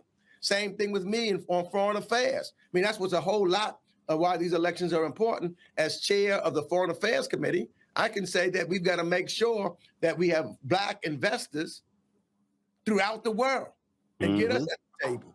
So, so the same thing, if we don't win tomorrow, and I still think that there's a slim chance, but if we don't, the historic 6 members of the Congressional Black Caucus who are chairs of full committees, who all have this as part of their agenda, we lose all of that. Yep. The Diversity and Inclusion Committee on Financial Services is gone. The focus on the Foreign Affairs Committee on Black America, on Caribbean America, on Africa, on Blacks in Central and South America and all around the world is gone. They're not interested in any of that. If what we've done, what Bobby Scott has done with putting investment in HBCUs, more money has gone to HBCUs, that's gone. In fact, even with what Benny Thompson has been doing with Homeland Security and trying to make sure that the dollars go, defense money and other in that regard, and we've seen the job that he's done to preserve democracy in the January 6th committee. And finally, there's been no Black man. I'm the first Black person to chair the House Foreign Affairs Committee, but David Scott's the first one to control the Agriculture Committee. And we know how much food, particularly in the South, Black farmers, et cetera, that David Scott, all of that's gone. And it becomes no longer part of the dialogue and conversation, even on these committees to set those policies. So, there's a lot on the line. But all that you say, I cannot disagree with, and hopefully we'll get better at it, because the election's coming up. The election tomorrow is very important, and we got to get folks to turn out. And if we can get them to turn out, we could also make sure that we even more in 2024. There you go. It all comes down to turnout. I keep saying that. And so that's what it boils down to. And so, Congressman Greg Meeks, always a pleasure to have you on the show. It's always good to have alpha men handling their business. Yes, sir. Thank you, my brother. I appreciate it. Take care. All right, folks. Renita, Julian, and Jason. I think a significant part of this, and I talk about this all the time, and I've said this to CBC members, you got to tell your story. You actually have got to do a better job explaining your story. And a lot of people who don't live and breathe this stuff don't have any clue what it means when you are the chair of a committee, what it means when it comes to resources. And then you have these people who say, well, folks in Congress, why our community look this way? Well, first of all, we start talking about money, Renita, this is what drives me crazy. Federal money, state money, county money, city money, okay? That's 4 different layers of government. Most people are directly impacted by local government. And so when people go, oh my goodness, these folks, CBC ain't done nothing, they ain't worth it. Folk have no understanding, because typically what happens is money that's coming from D.C. is actually going to the states in block grants. And so when you have Republican governors, they are controlling the flow of the money that's coming from Washington, D.C., Renita. Well, and this is one of the reasons why my head does not explode at some of the comments that you say make your head explode, because dealing with constituents, as an elected official for the last 6 years, I do realize just how much people don't understand the different levels of government and who does what within government. So political education has got to be a part of our strategy, as well as stressing to folks the importance of voting. But the other thing is, and I think that this is really important, you brought this up in your conversation with the congressperson, talking about the investments in Black voters. The DNC still needs to do that. And so what's interesting is you look right here in Georgia, and we've already got some folks blaming Black men for what they think may be some losses tomorrow. But what I never see happen is the DNC never holds white moderates accountable, which they continue to overinvest in. We have not won white women since JFK nationally, the majority of white women as Democrats, but they never failed to continue to invest in these mythical voters. And we never see any type of accountability campaign. We see people continue to shout at Black folks about not voting and, just not showing up in the way that folks want. But the DNC continues to throw lots and lots of money of these voters that really don't show up for us. And there's never any talk or accountability about these voters not showing up for Democrats. So I think, to your point that you were making with the congressperson, Democrats have got to understand and remember who their base is and actually invest as if they know who their base is. And that would be Black and brown women. Black men and Black women.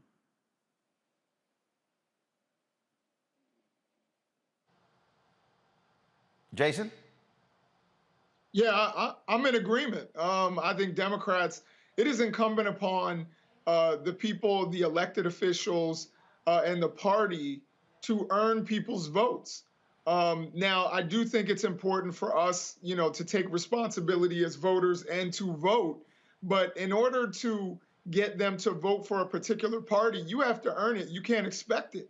And you also have to tout your accomplishments the right way. You have to let people know what your agenda is, and you have to let people know how your agenda will affect their everyday lives. And if people aren't given that information, what are they supposed to be voting for? Just because you have a D behind your name? I don't think that's enough. So I definitely put a lot of the onus for this. If there is a smaller number of African Americans voting in particular places or nationwide, that's on the Democrats. That's on their messaging. That's on their effort to get people out to vote. It seems like African Americans who aren't even elected officials, who aren't necessarily tied to the DCCC, excuse me, to the DCCC or any other kind of organization like that, they're organizing on their own. They're getting people out to vote. It's the churches. They're doing all of that. Where is the support coming from? The party? And yet, as we saw in 2016, Democrats are really quick to be ready to blame Black folks when they lose, and rarely don't necessarily give all of Black folks, particularly Black men, the credit when they win. So they sometimes finally, after the election of Doug Jones, they started to recognize Black women, but they didn't do that for Black men, and then wonder why some Black men might be frustrated. So it's time for people, the Democratic Party, to really take this seriously, to go out to their base. Republicans do it. They give their base what they want, and they speak directly to their base. And it seems like Democrats sometimes are lacking in that category. Julian? Democrats shilly-shally around Blackness. They are afraid of Black people, so they do not basically target Black people, even though we are their base. The fact is that they don't want to alienate white people. Therefore, they will not talk directly to Black people. And that's how they lose.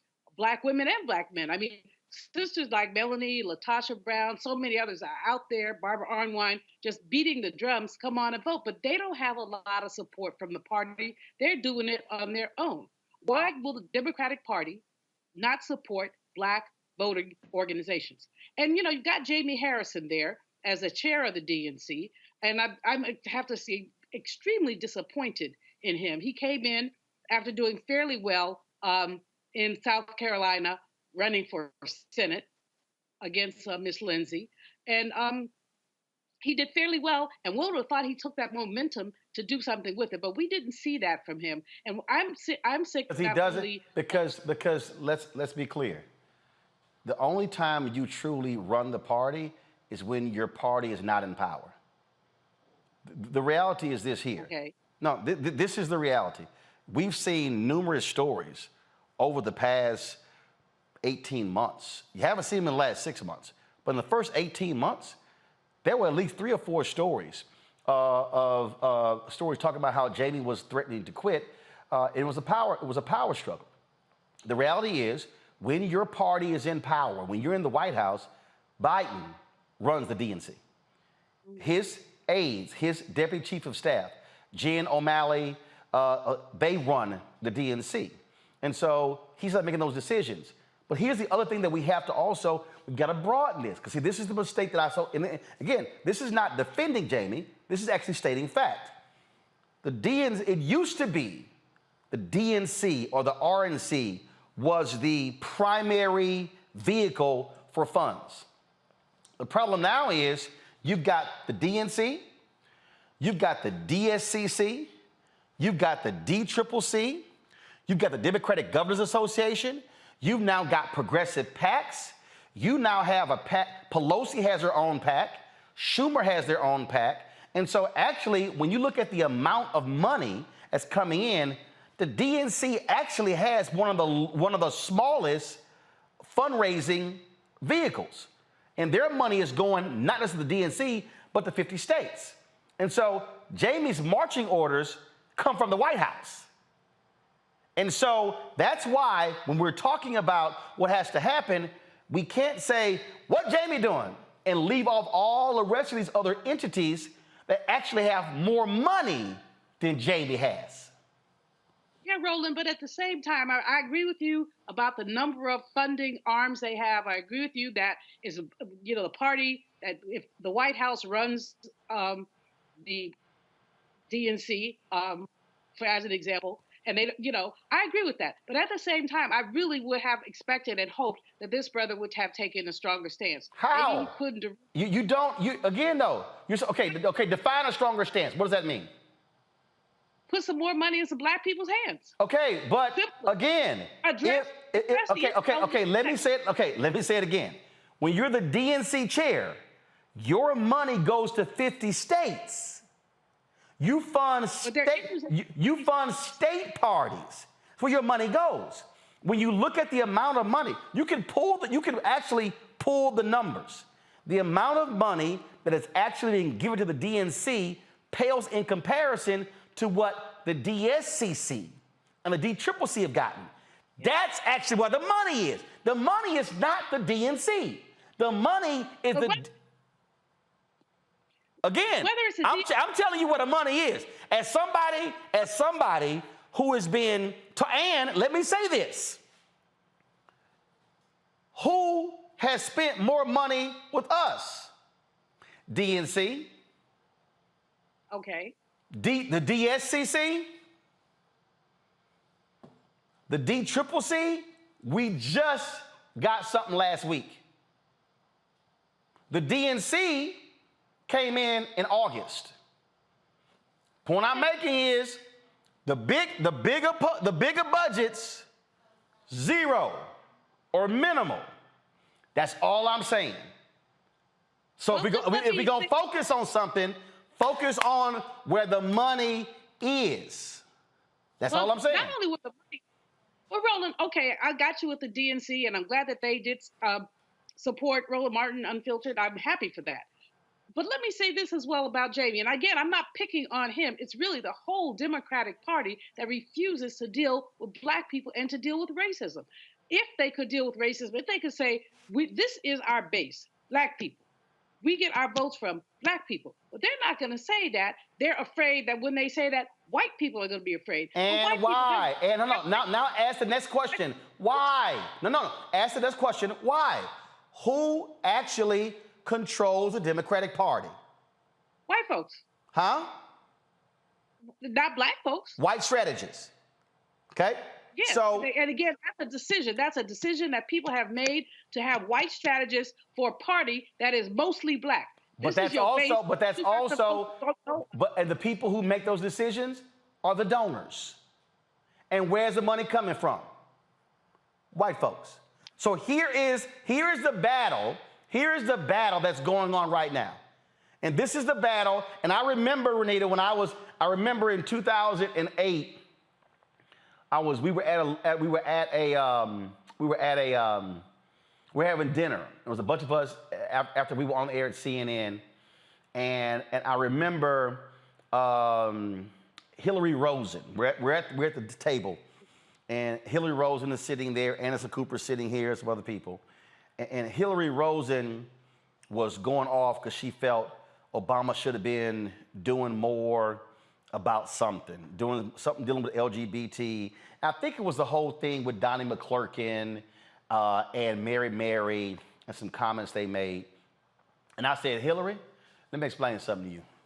You want Obama to do that because of money, but he ain't winning nothing without votes. I said, y'all can have all the money you want to, but money don't mean nothing if your ass ain't got votes. And she was like, yeah, you got a point there. I'm like, no, I know I have a point.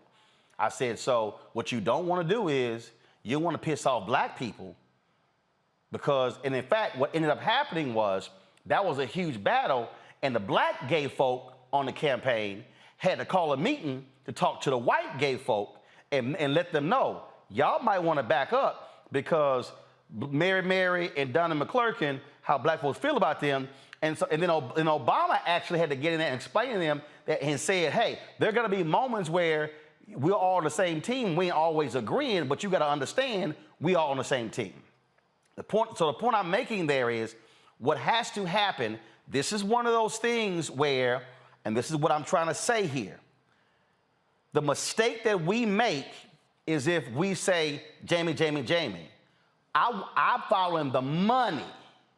And what I'm saying, no matter what happens tomorrow night, what should be happening for getting ready for 2024 is we want to meet with Jamie, the head of the DSCC, the head of the DCCC, the head of the Democratic Governors Association, the head of the 5 largest PACs, and the reproductive rights people, and the climate people. You want to meet with all of the money people and say, now, how much y'all spending on Black people?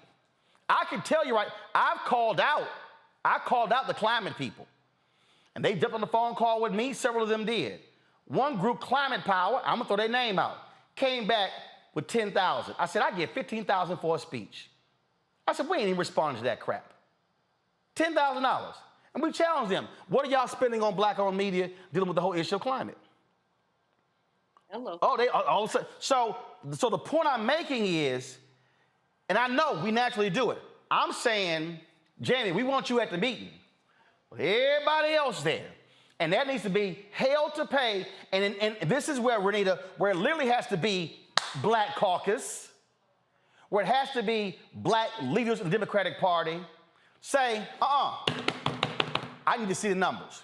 I need to see how much did y'all spend on targeted investment on the ground, directly to campaigns, and to Black-owned media. Let me see the number. I saw a tweet today where somebody pulled and they said that the Democrats have spent $40 million on Latino-owned media and Republicans have spent $9.3 million. But the narrative is Democrats don't target Latinos. Well, the number 40 million versus 9.3.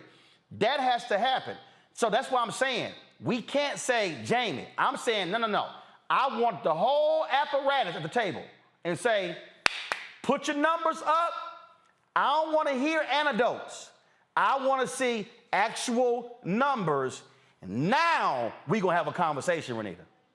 Well, and there needs to be, it's a two-part thing. There are things that the DNC that Jamie can do, like changing the strategist. He has control to be able to do that. Donors White have House some does. influence. But the party also has a detailed list of vendors that are approved. And I can tell you this as an elected official, every party has this state level party, national level party. They can have influence over who the strategists are. And it all goes on who they say is good. And they need to really look at who they are telling campaigns to use and get more Black folks involved in that. But to your larger point, it doesn't matter where the money comes from. All of them need to be investing in Black voters and Black media, because statistically, we are the voters that the Democratic Party can count on. So whether that be money from the reproductive rights community, which consistently fails to invest in the Black community, and they continue to try to invest in bringing Republican light, as they want to call it, white women over to try to vote only on the basis of what's best for their reproductive rights, not realizing that statistically they're always just going to vote Republican as the majority of them. And so everybody, as you mentioned, reproductive rights, LGBTQ organizations, which have a lot of money, all of these organizations, all of them need to be investing in Black voters and also Black candidates. The majority of our base, the voters you can count on, are Black. And as a result, we need to have Black candidates who are talking about Black issues, because that's another problem that the Democrats have, is running away from Blackness and not wanting to allow candidates to discuss Black issues when you get into some of these higher level races. There are many, many things that I hope Democrats will learn from tomorrow and take seriously about some of the changes that need to be made, regardless of how many seats we win and how many we lose. But Jason, none of that happens unless we are organized and mobilize to make the demands. No, absolutely. And, speaking of the DCCC, we see where they spend their money. They spend their money on ads for election deniers, trying to boost them because they think it gives them a chance to win. And now they put them in a position to actually win. Right, but rather than spending their money on their base and trying to turn their base out, regardless of who's on the other side, they spent tons of money on these election deniers. I personally don't like that strategy. I don't think it was the right strategy. And I think that you're going to get more election deniers in Congress because of that strategy. But I think they should have been spending their money, as you said, on Black-owned media.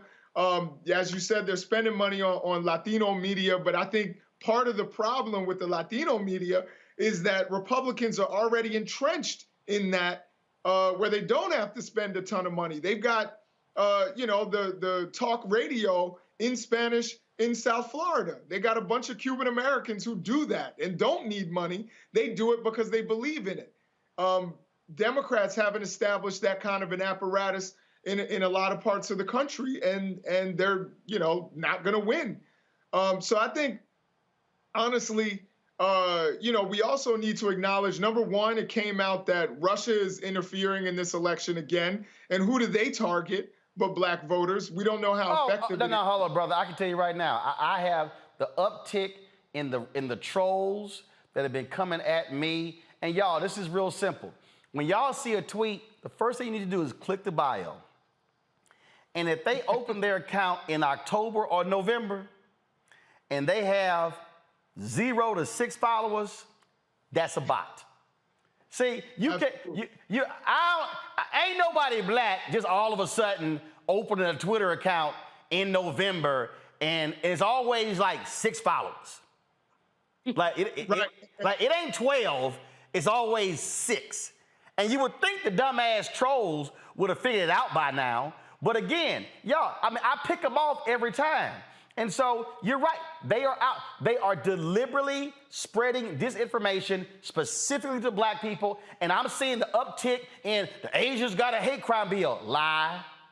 The Democrats ain't done enough for Black people. Lie.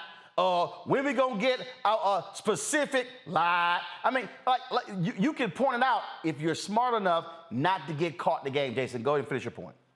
And the last thing I'll say is I haven't read the book yet, but I know that Sheldon Whitehouse, who is a senator from Rhode Island, has a book that alleges that Republicans have spent $1 billion of dark money.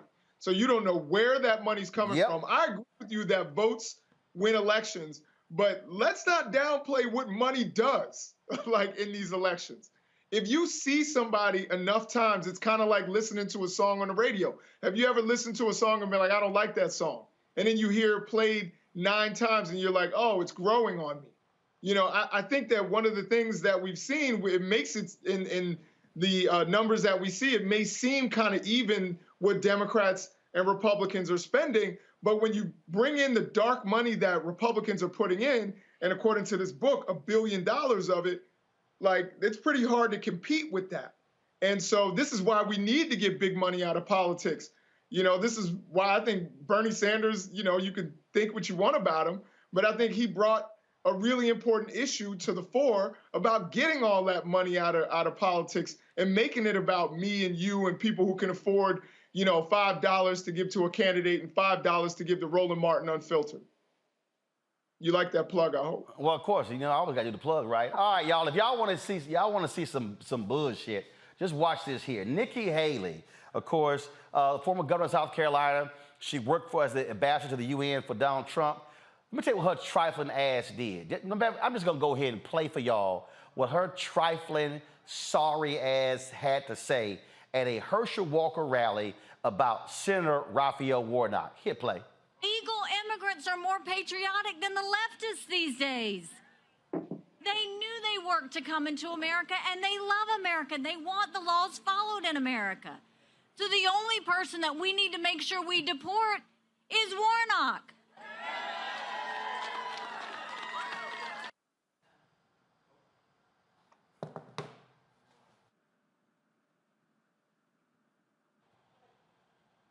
Play that bullshit again. Illegal immigrants are more patriotic than the leftists these days. They knew they worked to come into America, and they love America. They want the laws followed in America. So the only person that we need to make sure we deport is Warnock.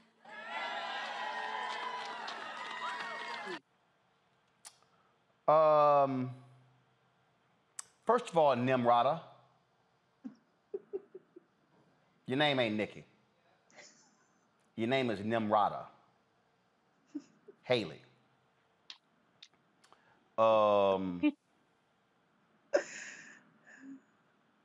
Senator Raphael Warnock was born, in fact, you're Nimrata Nikki Ranhawa.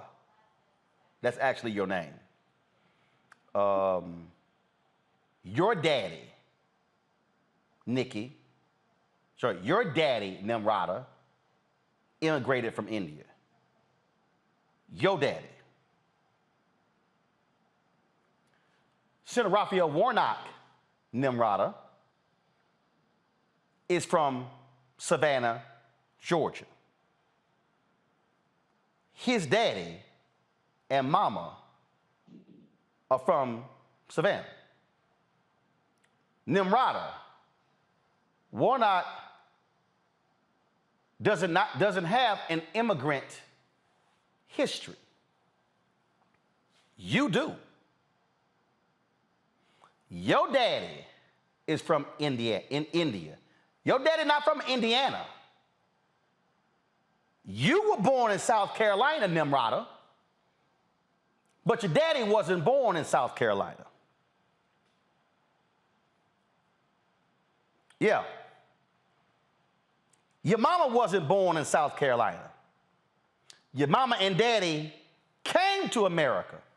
So if anybody would get deported, it would be you, Nimrata Nikki Ranhawa Haley, because your lineage ain't in this country.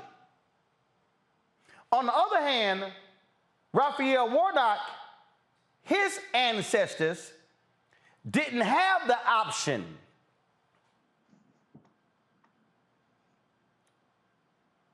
to be immigrants.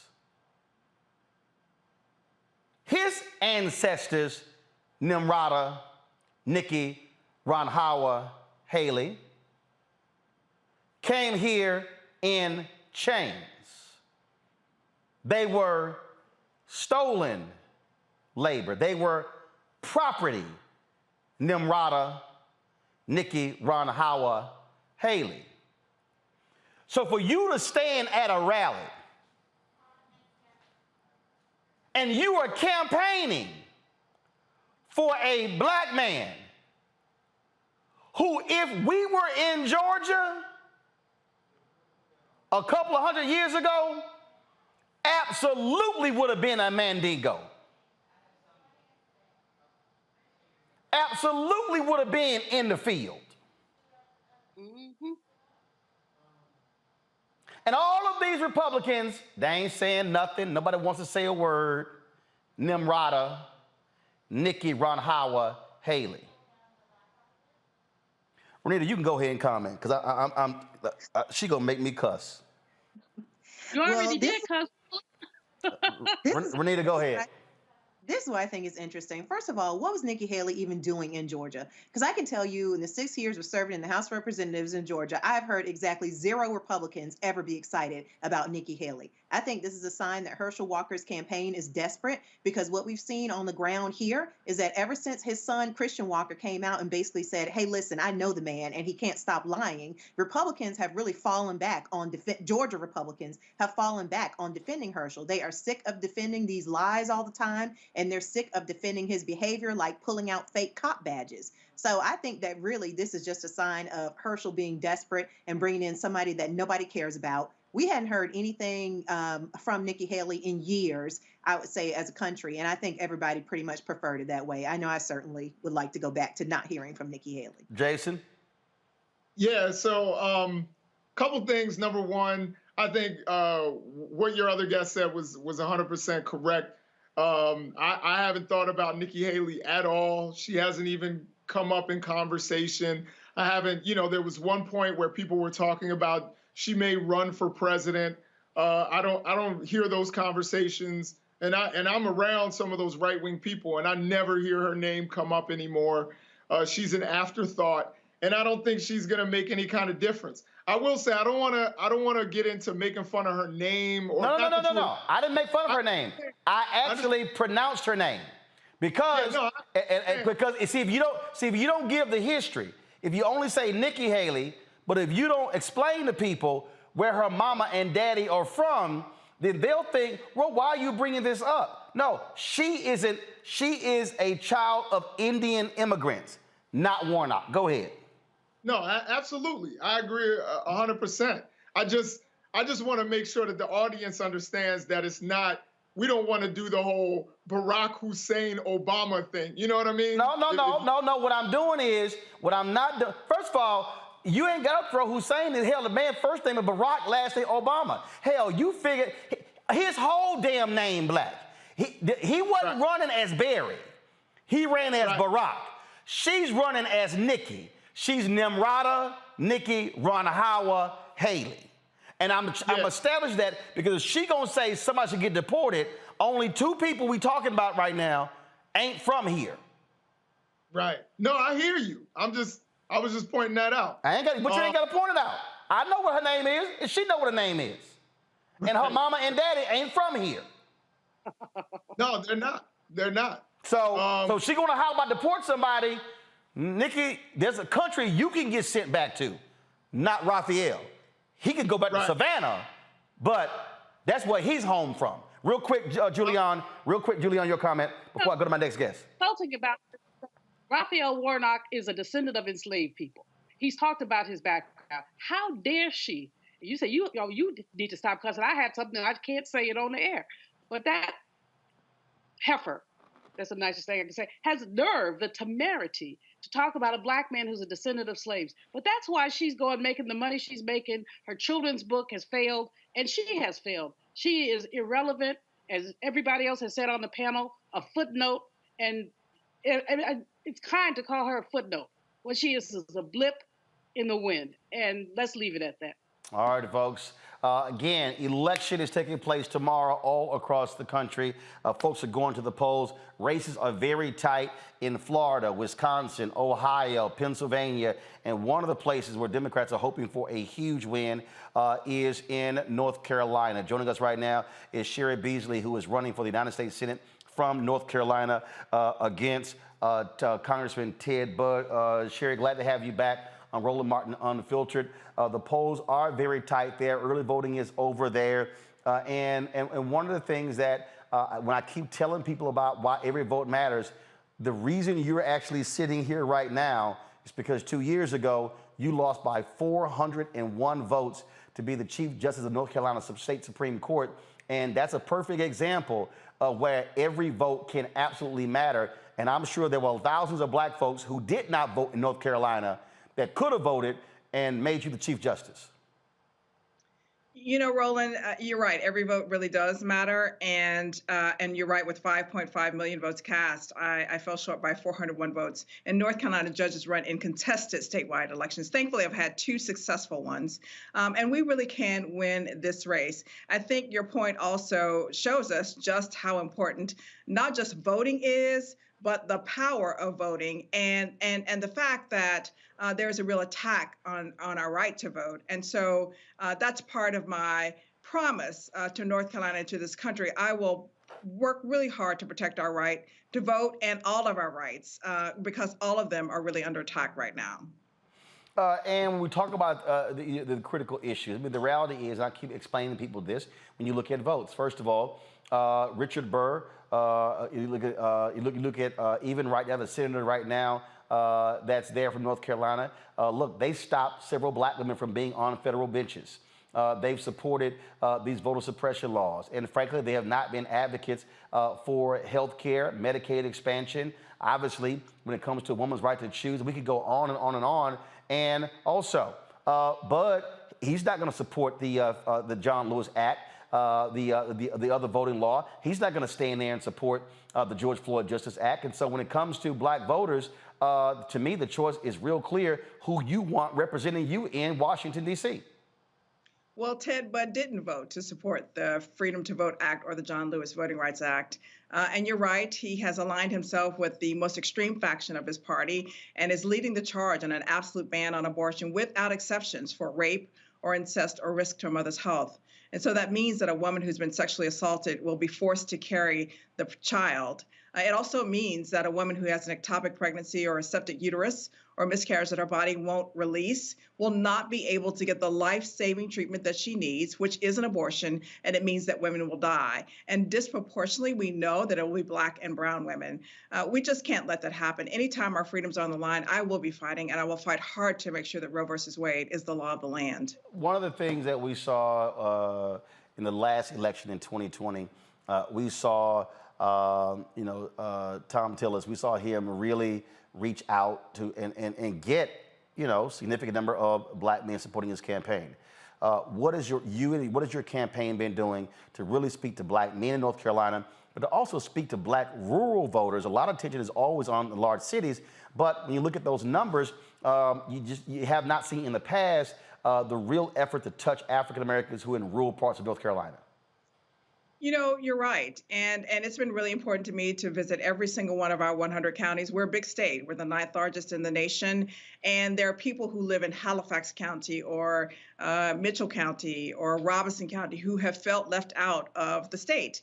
And they see that politicians don't come their way and don't respect their values. And they really do feel disenchanted by the entire voting process. We've worked hard to try to change that, to let folks know that it really is a different day and a new day, to really reach out. I've been present with Black folks, with Latinos, with AAPI communities, and with everybody to let them know that I'm really running to represent all of North Carolina. I don't think any of these issues are partisan. Environmental justice or clean air and clean water, I mean, these are not partisan issues. If you don't have access to affordable health care, it doesn't matter whether you're an independent, Republican, or Democrat. I mean, the issues that are impacting North Carolina, freedom is not a partisan issue. These are critical issues impacting North Carolina, and we need someone, not Ted Budd, who has, in 6 years of Congress, put corporate interests and his own ahead of the interests of folks here in North Carolina. We need someone who's prepared to fight for North Carolina, who will stand for what's right, call out what's wrong, and lead courageously. When we talk about, again, pushing those folks out, what has been the response there from religious leaders. When you talk about grassroots campaign, Moral Mondays was very huge in North Carolina, starting with 17 people and began to grow and really began to attract not just African Americans, but also whites who lived in other parts of the state as well. And so, what has your campaign been doing to rev them up and again, to really drive them to the polls? Because Republicans are counting on their voters showing up en masse on Election Day. Democrats focus on a lot of early voting. North Carolina is one of those states where Republicans targeted early voting because they saw when black folks were voting. And so, what is your focus to really have a strong Election Day turnout? We are literally all over the state, and we have great volunteers who are working so hard and really engaging voters, especially many of them who may not be inclined to vote in this election. We want to let them know why we must all feel a sense of urgency in this election. And I will tell you, you've had lots of folks who've come here, lots of senators, Cory Booker, John Ossoff, and Majority Whip Jim Clyburn came here, and he said, I don't know why we ever called the 2020 election the most important election of our lifetimes. He said, this election is the most consequential election of our lifetimes. And we're spreading that message to folks all over the state. We're letting folks know that we have a lot to lose if we don't get this right. And that I really am working hard I always have. I have 30 years of public service here in North Carolina as a public defender judge and Chief Justice of the Supreme Court of North Carolina. And I've always worked really hard to uphold the rule of law and to uphold the Constitution for all people. So I'm excited about this race. There's a lot of energy here and enthusiasm. And I'm really encouraged that things are looking so good. Even in these last few hours, I would ask folks if they want to know more about my candidacy to please go to CheriBeasley.com, and that's CHERI, CheriBeasley.com for more information. We are still out there, and so if folks want to be engaged with the campaign, we'd love to have them. Last question for you. The X factor here for tomorrow, women and young voters. We saw what happened in Kansas, where women turned out. We have seen significant registration all across the country.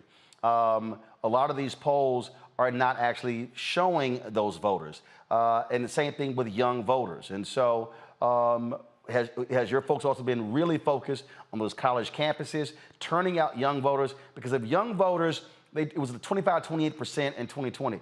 If young voters go past 30 and get to 35%, that's going to be huge, and that actually could be lead to major wins for you and other Democrats on tomorrow. You're absolutely right. And we have seen great interest and great excitement and great determination from women to make sure that they're getting to the polls and to share the message with others about why it's so important to vote. And we've seen young people. I think often young people get a bad rap about not voting. We've seen young people engaged. We're excited about so many that we have engaged in our campaign. And we're reaching out to folks, to young folks and to seniors to let them know that their issues are certainly on the line as well. So I'm really excited about where we are in this race. I'm looking forward to good things happening tomorrow, and we're just going to stay the course. All right, then. Cheri Beasley, good to see you. I don't think you're going to be getting any sleep tonight. Then again, you can always sleep after tomorrow night. But hopefully we'll know exactly what happens. It was a long time in 2020 before we found out the final results of that campaign. And I really do hope folks turn out in huge numbers and elect you to the United States Senate because, and also it will teach a lesson to Democrats, don't ignore the South. The South is changing. And if you actually care about winning, you can win in places other than the Northeast or on the West Coast. The South is a huge opportunity if they invest in voters in the South, especially black voters. Well, we've been performing really well here. We really have. I have well outperformed my opponent in this race. We know that national Republicans and Ted Budd are very worried. They have spent millions of dollars in this race to distort my judicial record. And they wouldn't be spending that kind of money if they didn't know we really can win this race. So I'm very encouraged. We'll continue to work hard. And you're right, Roland. We really honestly have a good chance of pulling this out. And I'm excited about that. All right, Cheri Beasley, we appreciate it. Thanks a lot. Thank you, Roland. All right, go back to my panel real quick here. I mean, look, this is the point I made there, Julian, is that, look, that was, I never forget, that was a, Tim Ryan criticized, it was a political article, I think of the political article, where I said, where he said there was a Democratic strategist who said we need to stop focusing on places like Ohio and only go where there are college-educated voters. The strategists really mean white voters. And again, Georgia proved in 2020 what happens when people on the ground, when they focus, invest, mobilize, and organize, and then you see what the result is. And what has to happen is, but too often on the Democratic side, again, these white strategists, they don't want to do the work. They don't want to go into the communities. They don't want to spend the money. And the reality is, North Carolina, they could have picked off North Carolina in 2020, except Cal Cunningham decided to have a damn affair during the campaign. It became public and the dumbass lost. I'm like, dude, if you're going to cheat after the election. But, I mean, that's sort of what happened there. But again, when you look at North Carolina, when you look at Georgia, if they actually get their act together in Florida, they can actually, that state can be back, going back to a purple state. And we can go on and on and on. Look, Mike Espy, when he lost against Sidney Hyde-Smith, he lost by 65,000 votes.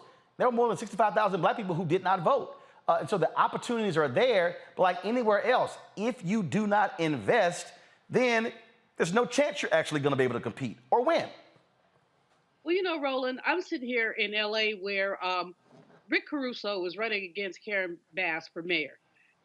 In a half hour, I've seen, in 1.5 hour, 6 Caruso commercials. He's spending the money. Karen is raising money. She's working really hard, but she doesn't have the money. He's outspending her 13-1. So if we get out and vote, you have possibilities, but money does make a difference. The balance of power is in getting out to vote. And we talked about it in the previous segment. I don't know why Democrats won't recognize the power of the black vote. And this whole notion of going after the college educated, the majority of Americans do not have college degrees. Let me repeat that. The majority of Americans do not have college degrees. So if you're just saying you're going after the college educated, you're writing off the rest of the country, black or white. So these strategists basically have, I forgot, somebody talked about, but they've got their heads in their hind parts. So they can't really see what's going on. They're studying each other instead of studying the electorate, investing in the electorate. You know, the thing here, and Renita, is not just even black voters. Reverend Barber talks about this here. They keep ignoring poor and low income white voters. Again, the thing is, you have to do the work to reach the folk who ain't voting. 140 million low income and poor workers in America. The votes aren't trying to flip somebody else. The votes are the folk who ain't voting. Yeah, and I think Democrats really need to realize that the choice most people are making today, at least on the Democratic side, is not whether to vote Democrat or Republican. People are making the choice between voting and not voting at all. So what that means is if they don't see themselves reflected on the ballot, they're not going to vote. If they do not see people talking about things that really will make an impact and have a difference in their life, they are not going to vote. The other thing that needs to happen is the Democrats have got to really treat black candidates as if they are valuable, because we are, and really invest in black candidates the way that they invest in white people who've never been elected to anything, who are, somebody that maybe was a legislative aide for somebody or somebody who previously ran but has never won one successful campaign. We see time and time again Democrats running this whole thing of anti-blackness of, hey, let's just put up this, middle of the road, never been elected to anything white guy, or let's just put up this person. Meanwhile, you have qualified black candidates that don't get the shine and opportunity that these white people who've never been elected to anything, don't have any experience, no proof that they would be great candidates, get as far as treatment. Cheri Beasley is a great example. It took a long time for her campaign to catch fire. And I remember looking at people continuing to talk, they would talk about her and Val Demings saying, why are they not getting the investments that other candidates are getting from Democrats? Why are they not getting the attention? Why are they not getting the support? Black Voters Matter sent out information quite a few times saying, asking the question about why these two candidates were not getting the support that they deserve. Cheri Beasley is brilliant. She is somebody that they should have invested in from the beginning. And I just think it really hurts It's hard to talk to voters and campaign to voters to be invested in voting for Democrats if you are not lifting up these candidates and waiting until the last minute to invest in them. Invest in these great black candidates that we continue to see pop up, the way that you would invest in these white candidates who have done basically nothing, and Democrats run over, love them, and lift them up and open all kinds of doors for them. We have to get rid of the anti-blackness in the party. So, Jason, let me speak to this, and I think I've seen Erickson complained about this, or he was trying to throw shade, and Meghan McCain asked this question today. Go to my iPad, please, Henry. So this is what Meghan McCain, she tweeted today.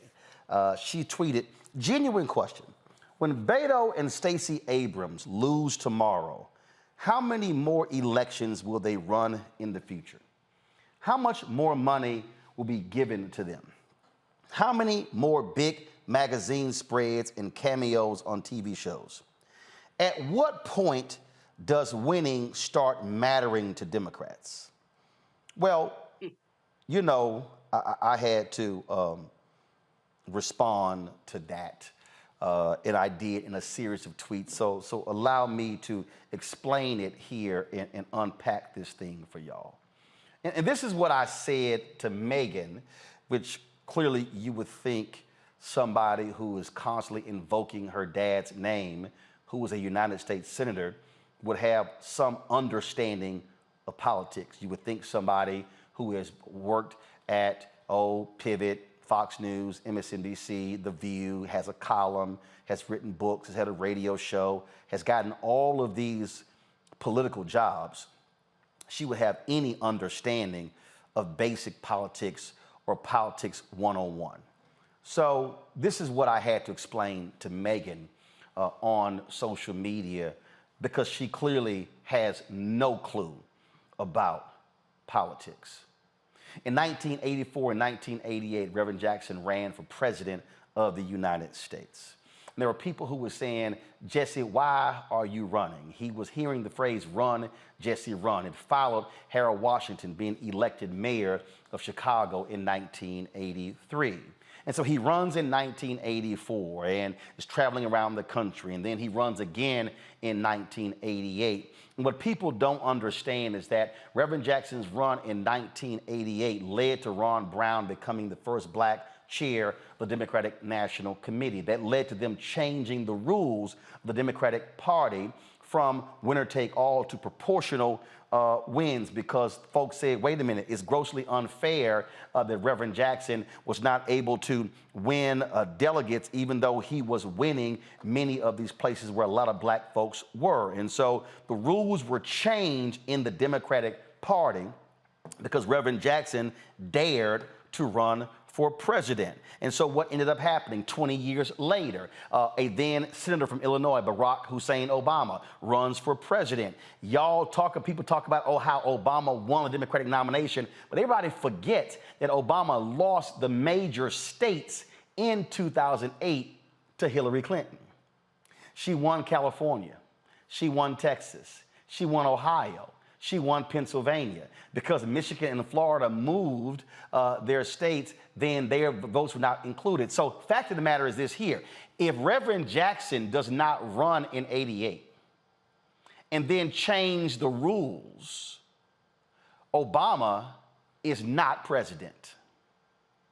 Reverend Jackson didn't win in 1984 and 88, Meghan, but Obama did in 2008. See, Meghan, winning is not always when you win a race. It's when other folks are the beneficiaries of you running. So you're critical of Stacey Abrams running and Beto O'Rourke running. And let's just assume, because first of all, the votes have not been fully cast and not been fully accounted for. But let's just say, for the sake of this conversation, Meghan, that Stacey Abrams and Beto O'Rourke don't win the gubernatorial races tomorrow.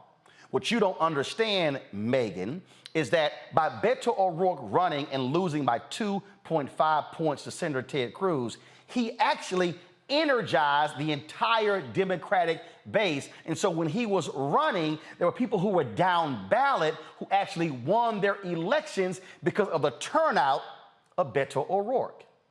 See, Meghan, you don't know jack about Texas politics. I do. I'm actually from Texas.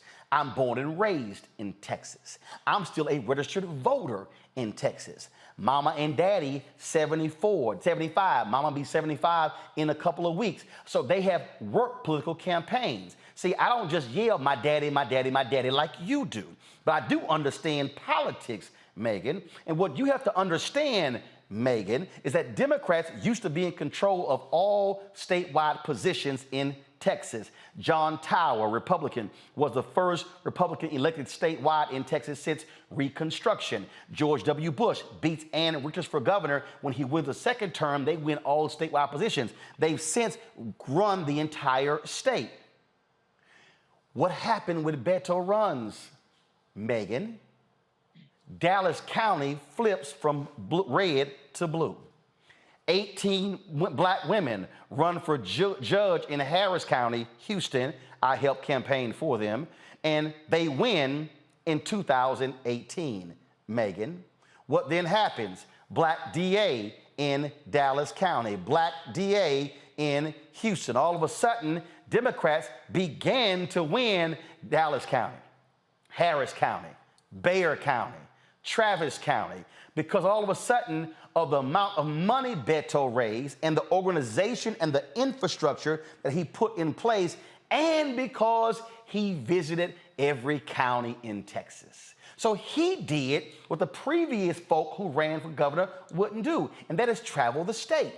And so, Megan, if you actually know anything about politics, which you clearly do not, and I know you called it a serious question, or a generous, or whatever you called it, then you have to understand that there are times when you lose, but you win. Because what Beto O'Rourke has done by running twice, U.S. Senate and now governor, he literally is reviving a moribund Democratic Party that frankly has been demoralized the last 20 years. See, they thought in 2008, when there was all of this energy and excitement around Clinton and Obama, the party was ready to come back. They said, man, this is the shot, because so many folks were energized. But guess what happened? Obama wins the nomination, becomes president, and he forgets Texas. He only comes to Texas to pick up campaign checks, and he left. They literally never organized Texas. So for 8 years of the Obama presidency, Texas wasn't organized. In 2016, wasn't organized. And all of a sudden, Beto actually runs. And all of a sudden, now Texas get organized. Now let's go to Georgia. What happens there? Stacey Abrams is sitting there in Georgia's House. And they're saying, y'all, we can win Georgia if y'all put money in Georgia. Democrats said, no, we ain't wasting our time with that. Megan, you think I'm lying? 2012, Megan, I'm standing outside of CNN waiting to go on. Who is standing right with me? Congressman Chris Van Hollen. Who is Congressman Chris Van Hollen? At the time, he was a member of Congress of the House from Maryland. He was the chair of the Democratic Congressional Campaign Committee. I say to him, Chris, if y'all invest money in Texas and register those 2 million eligible but unregistered Latinos, and y'all register those 800,000 black folks in Georgia, y'all can win. Chris Van Hollen tells me to my face, Megan, none of those are red states. I said, no, they are red if you never organize them. So what does Stacey Abrams do? Along with Raphael Warnock, along with other folks, they create an apparatus to do that. They change the laws, make it a part of getting your driver's license. All of a sudden, the number of unregistered people in Georgia drops to below 2%. And then what happens in 2020? Warnock, Ossoff, Biden, Harris. See, Megan, when you run, it's not always about whether you win, but do you have a larger mission or a plan where others can win? So even if Stacey Abrams loses tomorrow in Georgia, even if Beto O'Rourke loses tomorrow in Texas, Megan, what they have done is left a blueprint that they can now hand to the next Democratic candidate. They can now point to the people down ballot who've been able to win, and they can say, these are the ways that we can win in the future. See, Megan, some of us were not born into political families. Some of us were not born with silver spoons. Some of us actually had to read and study and talk to people and interview people. And Megan, if you leave your comfortable, rich home in Arizona and actually spend some time on the ground, you will understand what I'm talking about. Jason, go ahead with your comment. Yeah, I just wanted to say, first of all, back to the point about Democrats going after college-educated people. Democrats used to be the union party.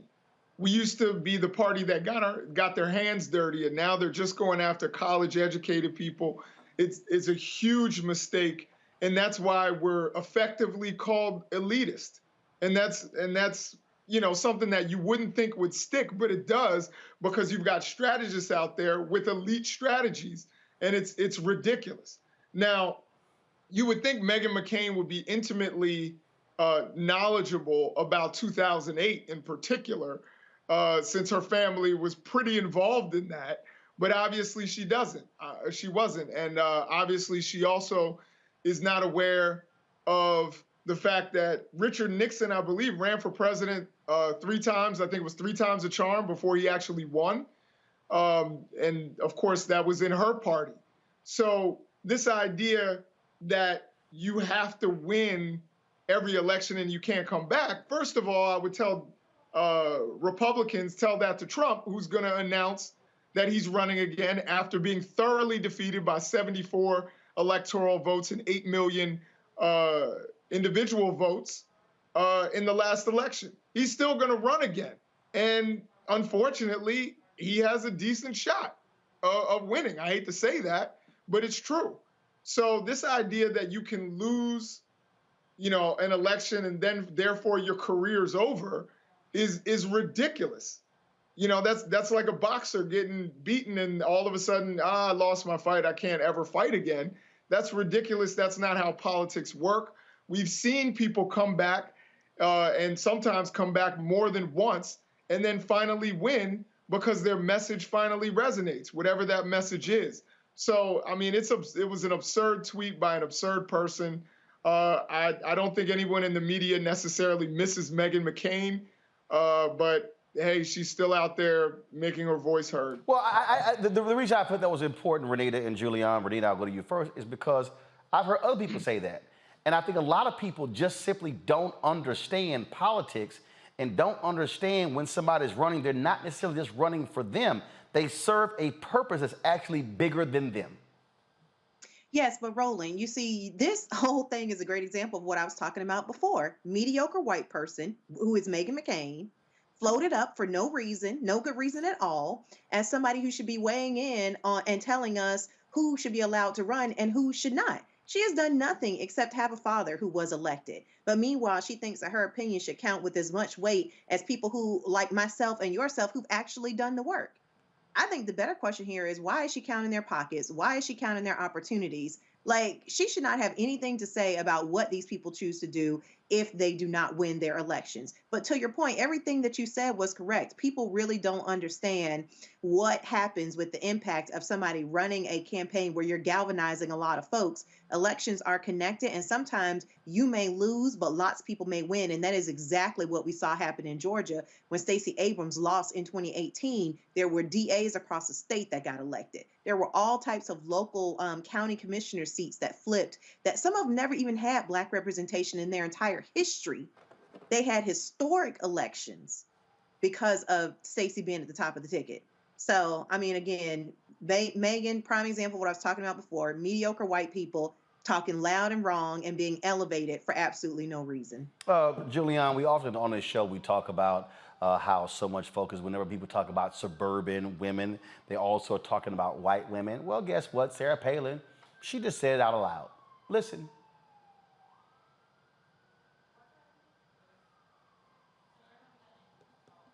What'd she say?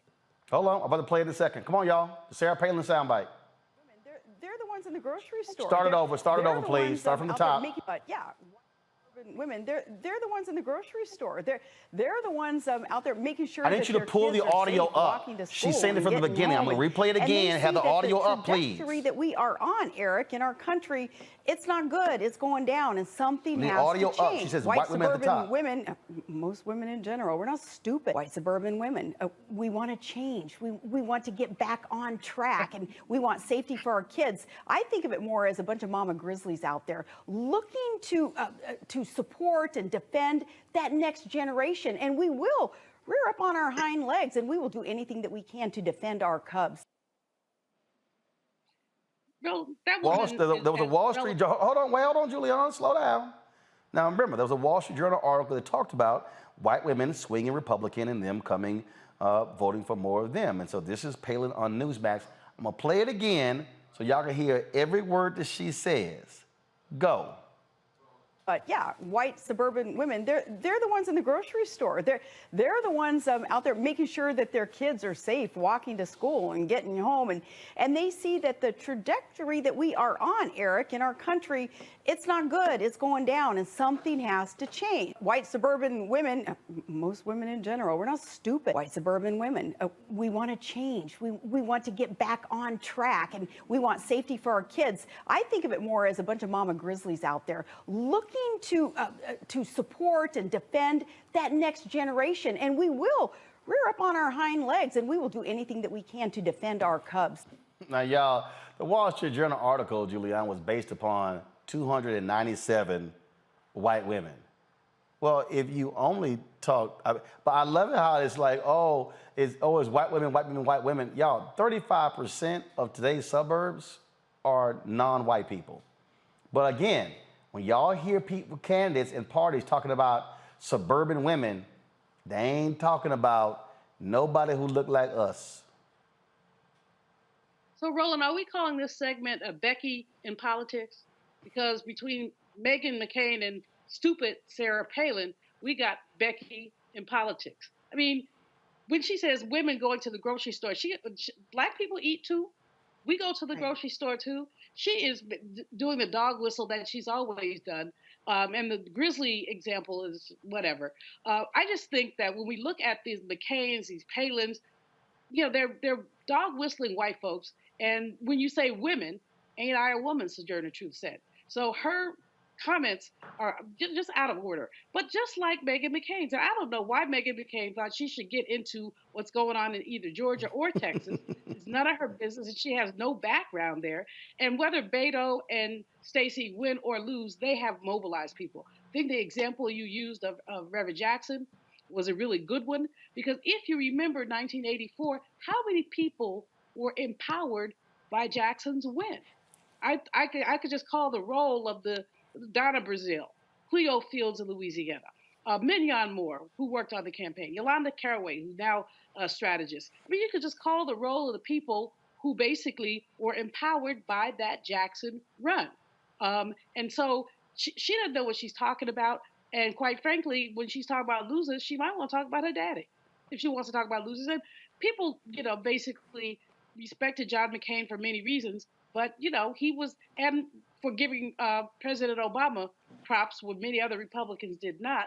But still, she does not know what she's talking about. Sarah Palin doesn't know what she's talking about because she's still looking for Alaska out her window. No, look for Russia. Yeah, look for Russia. Looking for Russia out the window. So, I guess, I don't know where she's been, but wherever she's been, she needs to go back. Well, and trust thank me. you, Alaska, for not voting for her for Congress. And guess what? We can blame Megan's daddy for giving us Sarah Palin. Yes, we can. Let's not forget that. All right, folks, real quick, couple of things. A white University of Kentucky student gets arrested for assaulting this sister in the dorm. This video went viral over the weekend. Go ahead and play it. I hope. Could you stop, please? No. Could you stop? No. Thank you. I'm getting all of you. You're right here. You're a bitch. Oh, Jesus. I did not get paid enough for this. Exactly. And you're a nigger. Thank you. Thank you. You're a nigger and you're a bitch. You're a nigger and you're a bitch. Yeah. I got the phone video. Me too. I got you so did many. here in your bench. Could you try to get me to get her to like get chairs and things? No, I'm drunk. You're drunk. You're in your bench. Well, y'all, Sophia Rosing attacked Kyla Springs, a desk clerk at the dormitory, and repeatedly called her the N-word. Well, guess what? Rosing was arrested by the University of Kentucky police and booked at the Fayette County Detention Center on a $10,000 bond. She's charged with public intoxication, disorderly conduct, 4th-degree assault, and 3rd-degree assault of a police officer. She also was fired from her role as a campus influencer for Dillard's department store through a program run by college fashionista and its parent company, Her Campus Media. In a tweet, the department store chain wrote, "Dillard does not condone this behavior. Her relationship with Dillard's has been terminated immediately." Her Campus Media has also severed ties with Rosing and released this statement. At Her Campus Media and College Fashionista, we vehemently denounce this abhorrent behavior and do not condone racism or hate in any form. We unapologetically support BIPOC communities and affirm that Black Lives Matter, full stop. Well, here's my question for her at Her Campus Media and College Fashionista. Did y'all replace her with somebody black? In fact, why don't y'all give Kyla the job? So I keep telling y'all, when these white folks act a fool and lose their jobs, they should be replaced by black people. I'm just saying. Yep. Speaking of black folks losing their jobs, a group of African Americans released a letter today blasting MSNBC's decision to part ways with Tiffany Cross. This letter was, I was one of the folks who actually signed the letter as well, was released today publicly, and I want to read it for you. All right, folks, pull it up, please. The letter states, "Dear Miss Jones," this is addressed to Rashida Jones, African-American who is the president of MSNBC, the first African-American to be president of a news network. "We write to you on behalf of the Cross Connection viewing audience, which is made up of more than 35% of black Americans and other people of color who tune in every weekend. Throughout her more than 20 years in media, Tiffany Cross has been a consistent light of truth. Her integrity is a hallmark of her career on which her steadfast audience has come to rely. Ms. Cross is a trusted communicator, friend, and validator to marginalized communities who too often find their voices and valuable perspectives missing from mainstream media. Nowhere was this more true than on her MSNBC show, The Cross Connection. Her authentic audience connection and intentional truth-telling made it MSNBC's highest-rated weekend show, becoming appointment viewing for a committed audience that made the show's topics and host trend weekly. That is why we are deeply disappointed in the abrupt cancellation of The Cross Connection and the unexpected ouster of its host just 4 days before a critical midterm election. This decision was announced just 2 weeks after a targeted, racist, and misogynistic strike against both Ms. Cross's reporting and character from a known racist and anti-Semite, Fox News host Tucker Carlson. His intentional misrepresentation of her platform amounted to no less than a direct attack and should have engendered immediate defense and support of Ms. Cross by her parent network. Instead, it appears that NBC Universal has allowed Fox News to dictate its hiring and unwarranted firing decisions. We cannot afford to be bullied by those who willingly and wantonly drag this country backwards. Given the undeniable rise of fascism and persistent threats to democracy we face in the current moment, NBC should be an unrelenting force for truth and a safe harbor for voices like Ms. Cross, as well as those with whom she shared her broad and popular platform. While other networks give voice to election deniers, Ms. Cross featured voting rights champions. Where other shows spread disinformation, The Cross Connection spotlighted justice. Where other outlets catered to the country's worst instincts, Ms. Cross elevated the discourse and taught audiences how to protect democracy. There's a persistent theme in the denigrating of black women's value and the silencing of black women's voices when they speak uncomfortable but necessary truths about the state of our society. This season is too grave a moment in American history to silence the voices of black women who, time and again, save America from itself. Tiffany Cross has long been one of those black women, and her voice is needed now more than ever. We believe you are clear about the dangers we are collectively facing and how reminiscent it is of this nation's dark past. We would like to meet with you before Friday, November 11th, 2022, to discuss a path forward that is restorative to the reputation and dignity of Ms. Cross. It was signed by Melody Campbell, Cliff Albright, Black Voters Matter Fund, Latasha Brown, Alicia Garza, Rashad Robinson, Derek Johnson of the NAACP, Lanita Baker, National Bar Association, LaFonza Butler, Emily's List, Maurice Mitchell, Working Families Party, Tamika Mallory, Until Freedom, David Johns, the National Black Justice Coalition. It was by myself, Angela Rye, Impact Strategies, Jamel Hill, Unbothered Network, Carrie Champion, Reverend Mark Thompson, Make It Plain, Bishop William Barber III, the Poor People's Campaign, Repairs of the Breach, Ben Crump, Reverend Dr. Iva Carruthers, Reverend Dr. Liz Theo Harris of the Poor People's Camp. First of all, Carruthers with the Sarah DeWitt Proctor Conference, Reverend Liz Theo Harris, Cairo Center and the Poor People's Campaign, Savante Myrick, People for the American Way, Barbara Arnwine, Transformative Justice Coalition, Hillary Holly, Care in Action. Also, Ajeen Poo, National Domestic Workers Alliance, Kimberly Carter, Rep. GA Institute, Taracia Brown Wilkinson, Our Women in Politics, Jerry Gonzalez, Rebecca Carroll, Cindy Leave, Rebecca Carroll, Cindy Leave, Dorian Warren, Tynesha McHarris, Tiffany Flowers, Patrick Gaspard, Tarana Burke, Janice Mathis, as well. Those are the folks who, and Cleola Brown, Mignon Moore, Bishop Leah Daltrey, and Damon Hewitt with Lawrence Committee for Civil Rights Under Law. The reality is this here, folks. Also, Keith Olbermann ripped Rachel Maddow, Chris Hayes, Lawrence O'Donnell for their silence after Tiffany was let go. Now, her contract is up in a month. They said it was her comments. Well, no, they haven't actually given an official reason. It's the sources that we've actually heard from that have been talking. MSNBC gave no statement. But what they did do is, after the letter was dropped, they did release a statement. Lori Ann Asio, Vice President of Communications for NBC News and MSNBC, gave this statement to the Griot that business decisions like this happen all the time. Quote, we received a letter signed by several organizations. We are proud of our long history celebrating diversity on and off air at MSNBC and throughout the news group. This is an ongoing effort and will continue to elevate diverse perspectives and voices during this election season and beyond. And they're going to have a rotation of hosts on the Cross Connection until they finalize their programming. And let me just tell you what's probably going to end up happening. And so go ahead and write it down. MSNBC is paying Jen Psaki a whole bunch of money to come host a show there at MSNBC. Now remember, they got rid of Amin's show and Zerlina Maxwell's show on the Peacock channel, okay, because they're saving money. They're giving Rachel Maddow $30 million to host a show once a week, all right, to keep it from going to Sirius XM or CNN or somewhere else. So here's what's going to happen. They're going to probably move Jen Psaki into Jonathan Capehart's slot on Sunday morning. They're probably going to move Jonathan Capehart into Tiffany's slot on Saturday. Watch it happen. Write it down. It's going to happen. That's what you're actually dealing with there. But really what you're dealing with here, and this is what I keep telling y'all about mainstream media. I spent 6 years at CNN. And when people come up to me like, man, I wish you go back to mainstream media, I said, let me explain something to you. The only person who can fire Roland Martin is God. That's the hierarchy here. I'm the CEO, I'm the owner. God is the only person above me. When you work in that environment, ratings don't matter. They will fire you if they want to. They will choose not to resign you if they choose to. And that's what happened here.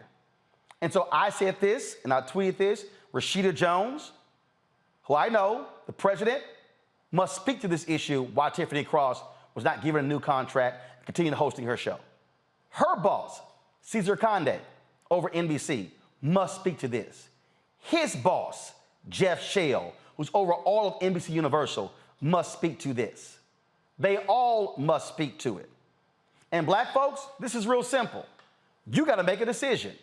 Or you're going to keep watching. What did you hear when Jeff Carr in our promotion, when he says, you need to bring your eyeballs home to Roland Martin Unfiltered and the Black Star Network? The reality is this here. We are the most loyal audience they have. Black folks represent, we watch MSNBC more than anybody else. So we should be saying, this how y'all gonna do a truth teller? And here's the other question. You hired Tiffany Cross for her opinion. So you getting rid of her because of her opinion? Oh, you didn't realize she was a truth teller when she was trying out? So you gave her a show? Explain that. Explain why would you hire somebody to be an opinion host, but then, well, we don't like it. And keep in mind, I've already heard people say, well, you know, she made that comment, she made the comment on Charlamagne's show about Florida and used the word dick. Mark Halperin called Obama that on Morning Joe and got suspended. He was back on the air. The only reason he got fired was because of his Me Too problems. Oh, I'm sorry, Mark Halperin was a white guy who was a favorite of Joe and Mika. Tiffany Cross was never a favorite of Joe and Mika. You never saw her on that show, did you? Which is sort of weird because if you had a high-rated show on the weekends, why wouldn't you have them on the morning show? That's the question. And also, you got to be asking the question, why did the Lena Maxwell show get canceled? Was it because of ratings? Did they ever tell her it was because of ratings? Those are some questions that should be answered. And let's see if MSNBC schedules that meeting. I'll let my panel weigh in. Juliana, you first, about the decision by MSNBC to part ways with Tiffany Cross. Well, they're absolutely wrong. Tiffany is a truth teller. And I didn't find her comments offensive at all. I found them actually quite amusing. One time she said something, I said, shoot, I wish I had said that. She's a smart sister who is having a good show. But, you know, Black women take the brunt of so much. And the Mark Halperin example is a great one, but there are many other examples of white boys who can get away with just about anything, except for in this Me Too era, you know, putting their hands on a woman, but they can get away with almost anything else. They can say anything, and it's only when Black women step out there, and more so Black women than Black men, we step out there, suddenly we're under a microscope. As you said, she was hired for her opinion, and she's worked very hard over the course of her career to get to where she is. I'm sure she'll shine somewhere else, but MSNBC needs to be shamed. And Roland, maybe we should start talking about boycott. Maybe that's what we should be doing. The reason I said this beforehand, the reason you did not hear me say that word is because I followed the model of Operation Breadbasket. Boycott was the last thing that they did because they had to do education up front. One of the biggest mistakes that we make is that we throw boycott out first. My deal is, let's educate our people, enlighten our people. They met with them, and then if the answer wasn't satisfactory, they got back, then they went to the next step. And so the worst thing in the world, that's why you will rarely ever hear me say it. I don't throw that out there because if we have not prime positioned our people here to understand what the issue is, then a boycott actually fails. That's the only reason. That's the only reason. Renita. Well, I hope that my comments will help with some of that education because we need to quickly get to the part where we boycott. Here's what I've always noticed about MSNBC. This is a left-leaning network, yet most of the people that they have hosting the various shows are not Black people who are the base of the Democratic Party. They've got Joe and Mika with a 2-hour show every day. No, baby. After battle, that got bumped to 4 hours. Oh, okay. Well, so they were 3 hours. Now they 4.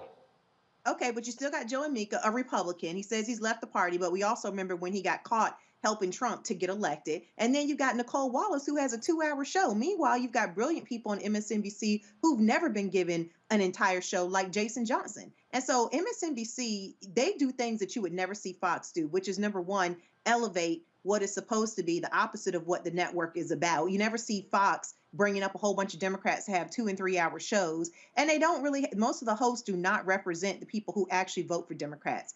This is a problem that MSNBC should be taken seriously because many people, especially generation, the millennials and generation Z, I believe it is, they've done a lot of cord cutting. Most people don't even pay for cable anymore. Yes, you can watch MSNBC on the apps, but the point is mainstream media has taken a hit over the years, and it continues to take a hit because people can look at things that resonate with them more, like Roland Martin. They can look at things online that resonate with them more. And so they really can't afford to be not catering to the people who are actually keeping their eyeballs on MSNBC. Jason? Well, the one thing I'll say about Jen Psaki is whatever it is, I've seen her on television when she's not at the podium and answering questions, when she's literally in a box the way we are right now, and whatever it is, she doesn't have it. So if she's going to host a show, that show's going to bomb. I'll put it right now. I'll put money on it. It's not going to work. She just doesn't have the charisma in that kind of a setting. So she's not the one to host a show. I think there are other people that may take that spot. But one of the things we have to know about MSNBC is that they've always ghettoized their black talent onto weekends. It just so happened that they put Joy Reid on into prime time. But for how long was she basically their best talent and she was put onto weekends? They had Reverend Al on the weekends. They put all of the black people on the weekends. Actually, no, I got to correct you. Remember, Reverend Sharpton had a daily show, 6 p.m. Joy had an afternoon show. Her afternoon show with Alex Wagner got canceled. Then when they had the tiff with Melissa Harris Perry, so Joy had a weekend show. She went to a daily show in the afternoon, and then she went from the daily show in the afternoon back to the weekends, and then from the weekends to prime time. Sharpton had a daily 6 p.m. show that got canceled. Then he got moved to the weekends. And then Tamron Hall had a morning show. Melvin had a show that was a midday show. She, of course, left. Craig got promoted on the Today Show. And so now the only person, only African-American you see in the daily rotation is Joy's show at 7 p.m. Go ahead. Okay, so I stand corrected. I remember when I would watch, it seemed like I saw Melissa Harris Perry, Reverend Sharpton, and Joy would be on weekends. But again, I don't watch a ton of MSNBC, and I know that there are a lot of people out there who do. I really hope that they fix this situation. I had high hopes for the fact that they had an African American who was their president, and I hope it works out for Tiffany Cross, because I actually enjoyed her show. I watched her show where you were on a few times, and Whose show? Whose show? Tiffany Cross. Right, yeah. I thought you said Joy. I've never ever done Joy Reid's show. I've been on Tiffany's show, but I've never ever been on Joy and Reid's show. Her weekend show, her weekend show, or her daily show. Right. And I've done Sharpton's show one time. But go ahead. Yeah, I've never done any of those shows. I was on Craig Melvin one time, but I have seen you on Tiffany's show, and the fact that she actually had African Americans and African American men and talking about the issue of African American men voting, and particularly in Georgia, I thought was really important. It followed my article in Newsweek, so I was really excited about that, and seeing you on that panel and talking about that issue. I thought she did a lot of really good content, and I hope that she bounces back. I don't know where she's going to bounce back. There's really, it seems like, in terms of liberal networks right now, it's only MSNBC in terms of the major networks. Yep. But I hope she starts something on her own the way you did, and gains the traction and gets the eyeballs that she deserves, and people bring their eyeballs home to her whenever she starts her thing. Well, again, the thing that I want people to understand is that, and I really hope people, let me be clear, I support folks who work in mainstream media. I've been a 3-time board member of the National Association of Black Journalists. We've fought for those jobs. But this is also why we have to have independent Black-owned media to be able to cover the issues that we care about, where we're not being beholden to somebody else who are making those decisions. That's why I started the Black Star Network. That's why we have 5 shows. That's why we have 3 shows in development. This is why when I talk about you supporting us with your resources, it matters. Because here's the deal. You right now, if you got cable, you are sending, let me be just real clear with y'all. Because see, again, folk don't even understand this, Julian, Renita, and Jason. A lot of y'all who have got cable news right now, you are spending more money per month on Fox News than you are on this show. The cable fees that Fox News gets is what funds them, along with advertising. So if you have cable, you're actually funding Fox News. You're funding Newsmax. You were funding One American News when it was on AT&T and Verizon, Fios. You might want to understand the business of the business.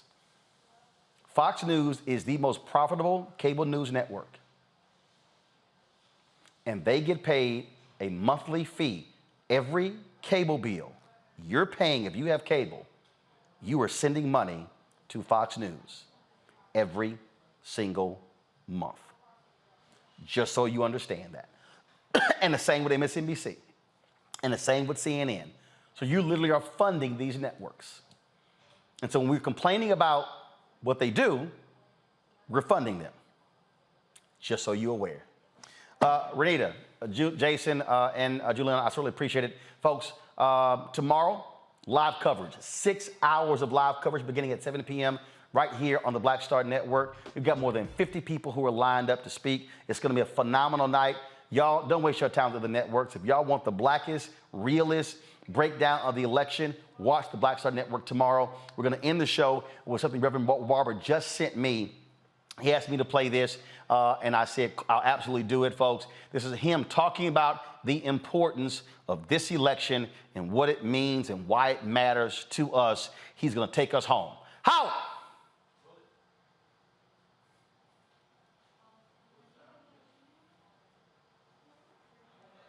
Hello, North Carolina. I am here today representing William J. Barber II. I come here today because this moment demands clarity about who we are and who we want to be. North Carolina, Guilford County, who are we? As I was driving down the road, the Spirit said, preach to the Democratic Party tonight. So I think I will. In the 5th chapter of John, there's a story about a pool of Bethesda. And Jesus comes to the place of the pool of Bethesda. It's full of pain, it's full of misery. It's a place where the people are suffering. They could not get help back home.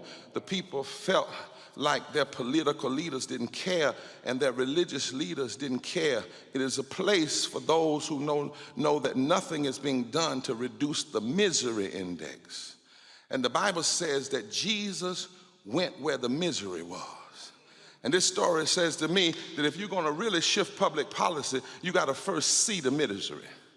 You can't hide it. You can't refuse to talk about the large number of poor and low wealth people in this state. You can't bypass it. Do you know who we are, North Carolina? We know who we are, whose we are. We know what North Carolina has done. Get up, organize your votes, and decide to make a move.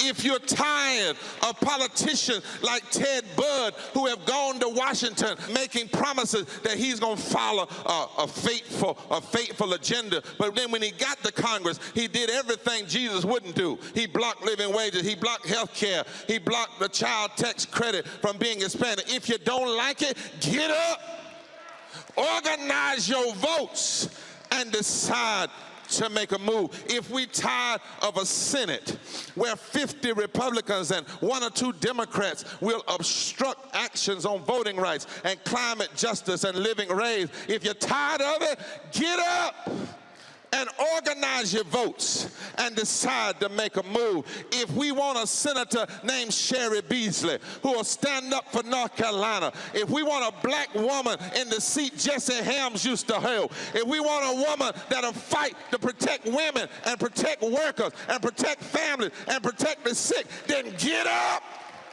organize your votes, and decide to move. If you're tired of having an extremist Republican leading the state legislature since 2012, and all they've done since they've been there is attack gay people and attack Latinos and attack Medicaid and attack voting rights, if you're sick and tired of it, get up, organize your votes, act like you don't have to be here, and decide to move. If you're tired of a folk that would rather pack the Supreme Court with judges than keep people out of caskets during COVID, get up, organize your votes, and make a move. If you're tired of seeing 2.7 million people work hard every day without a living wage, then get up and organize your votes and make a move. If you're tired of Bud lying on Cheri, talking about he's a Christian and she's not, get up and organize your votes and make a decision. If you're tired of people saying they love the veterans, but then they won't even make sure the veterans have health care and living wages, get up, get up, get up, and organize your votes make a decision and move and act like we don't have to be here. North Carolina, we ain't never waited on nobody outside of North Carolina to help us. We got up ourselves, and we ought to do it again.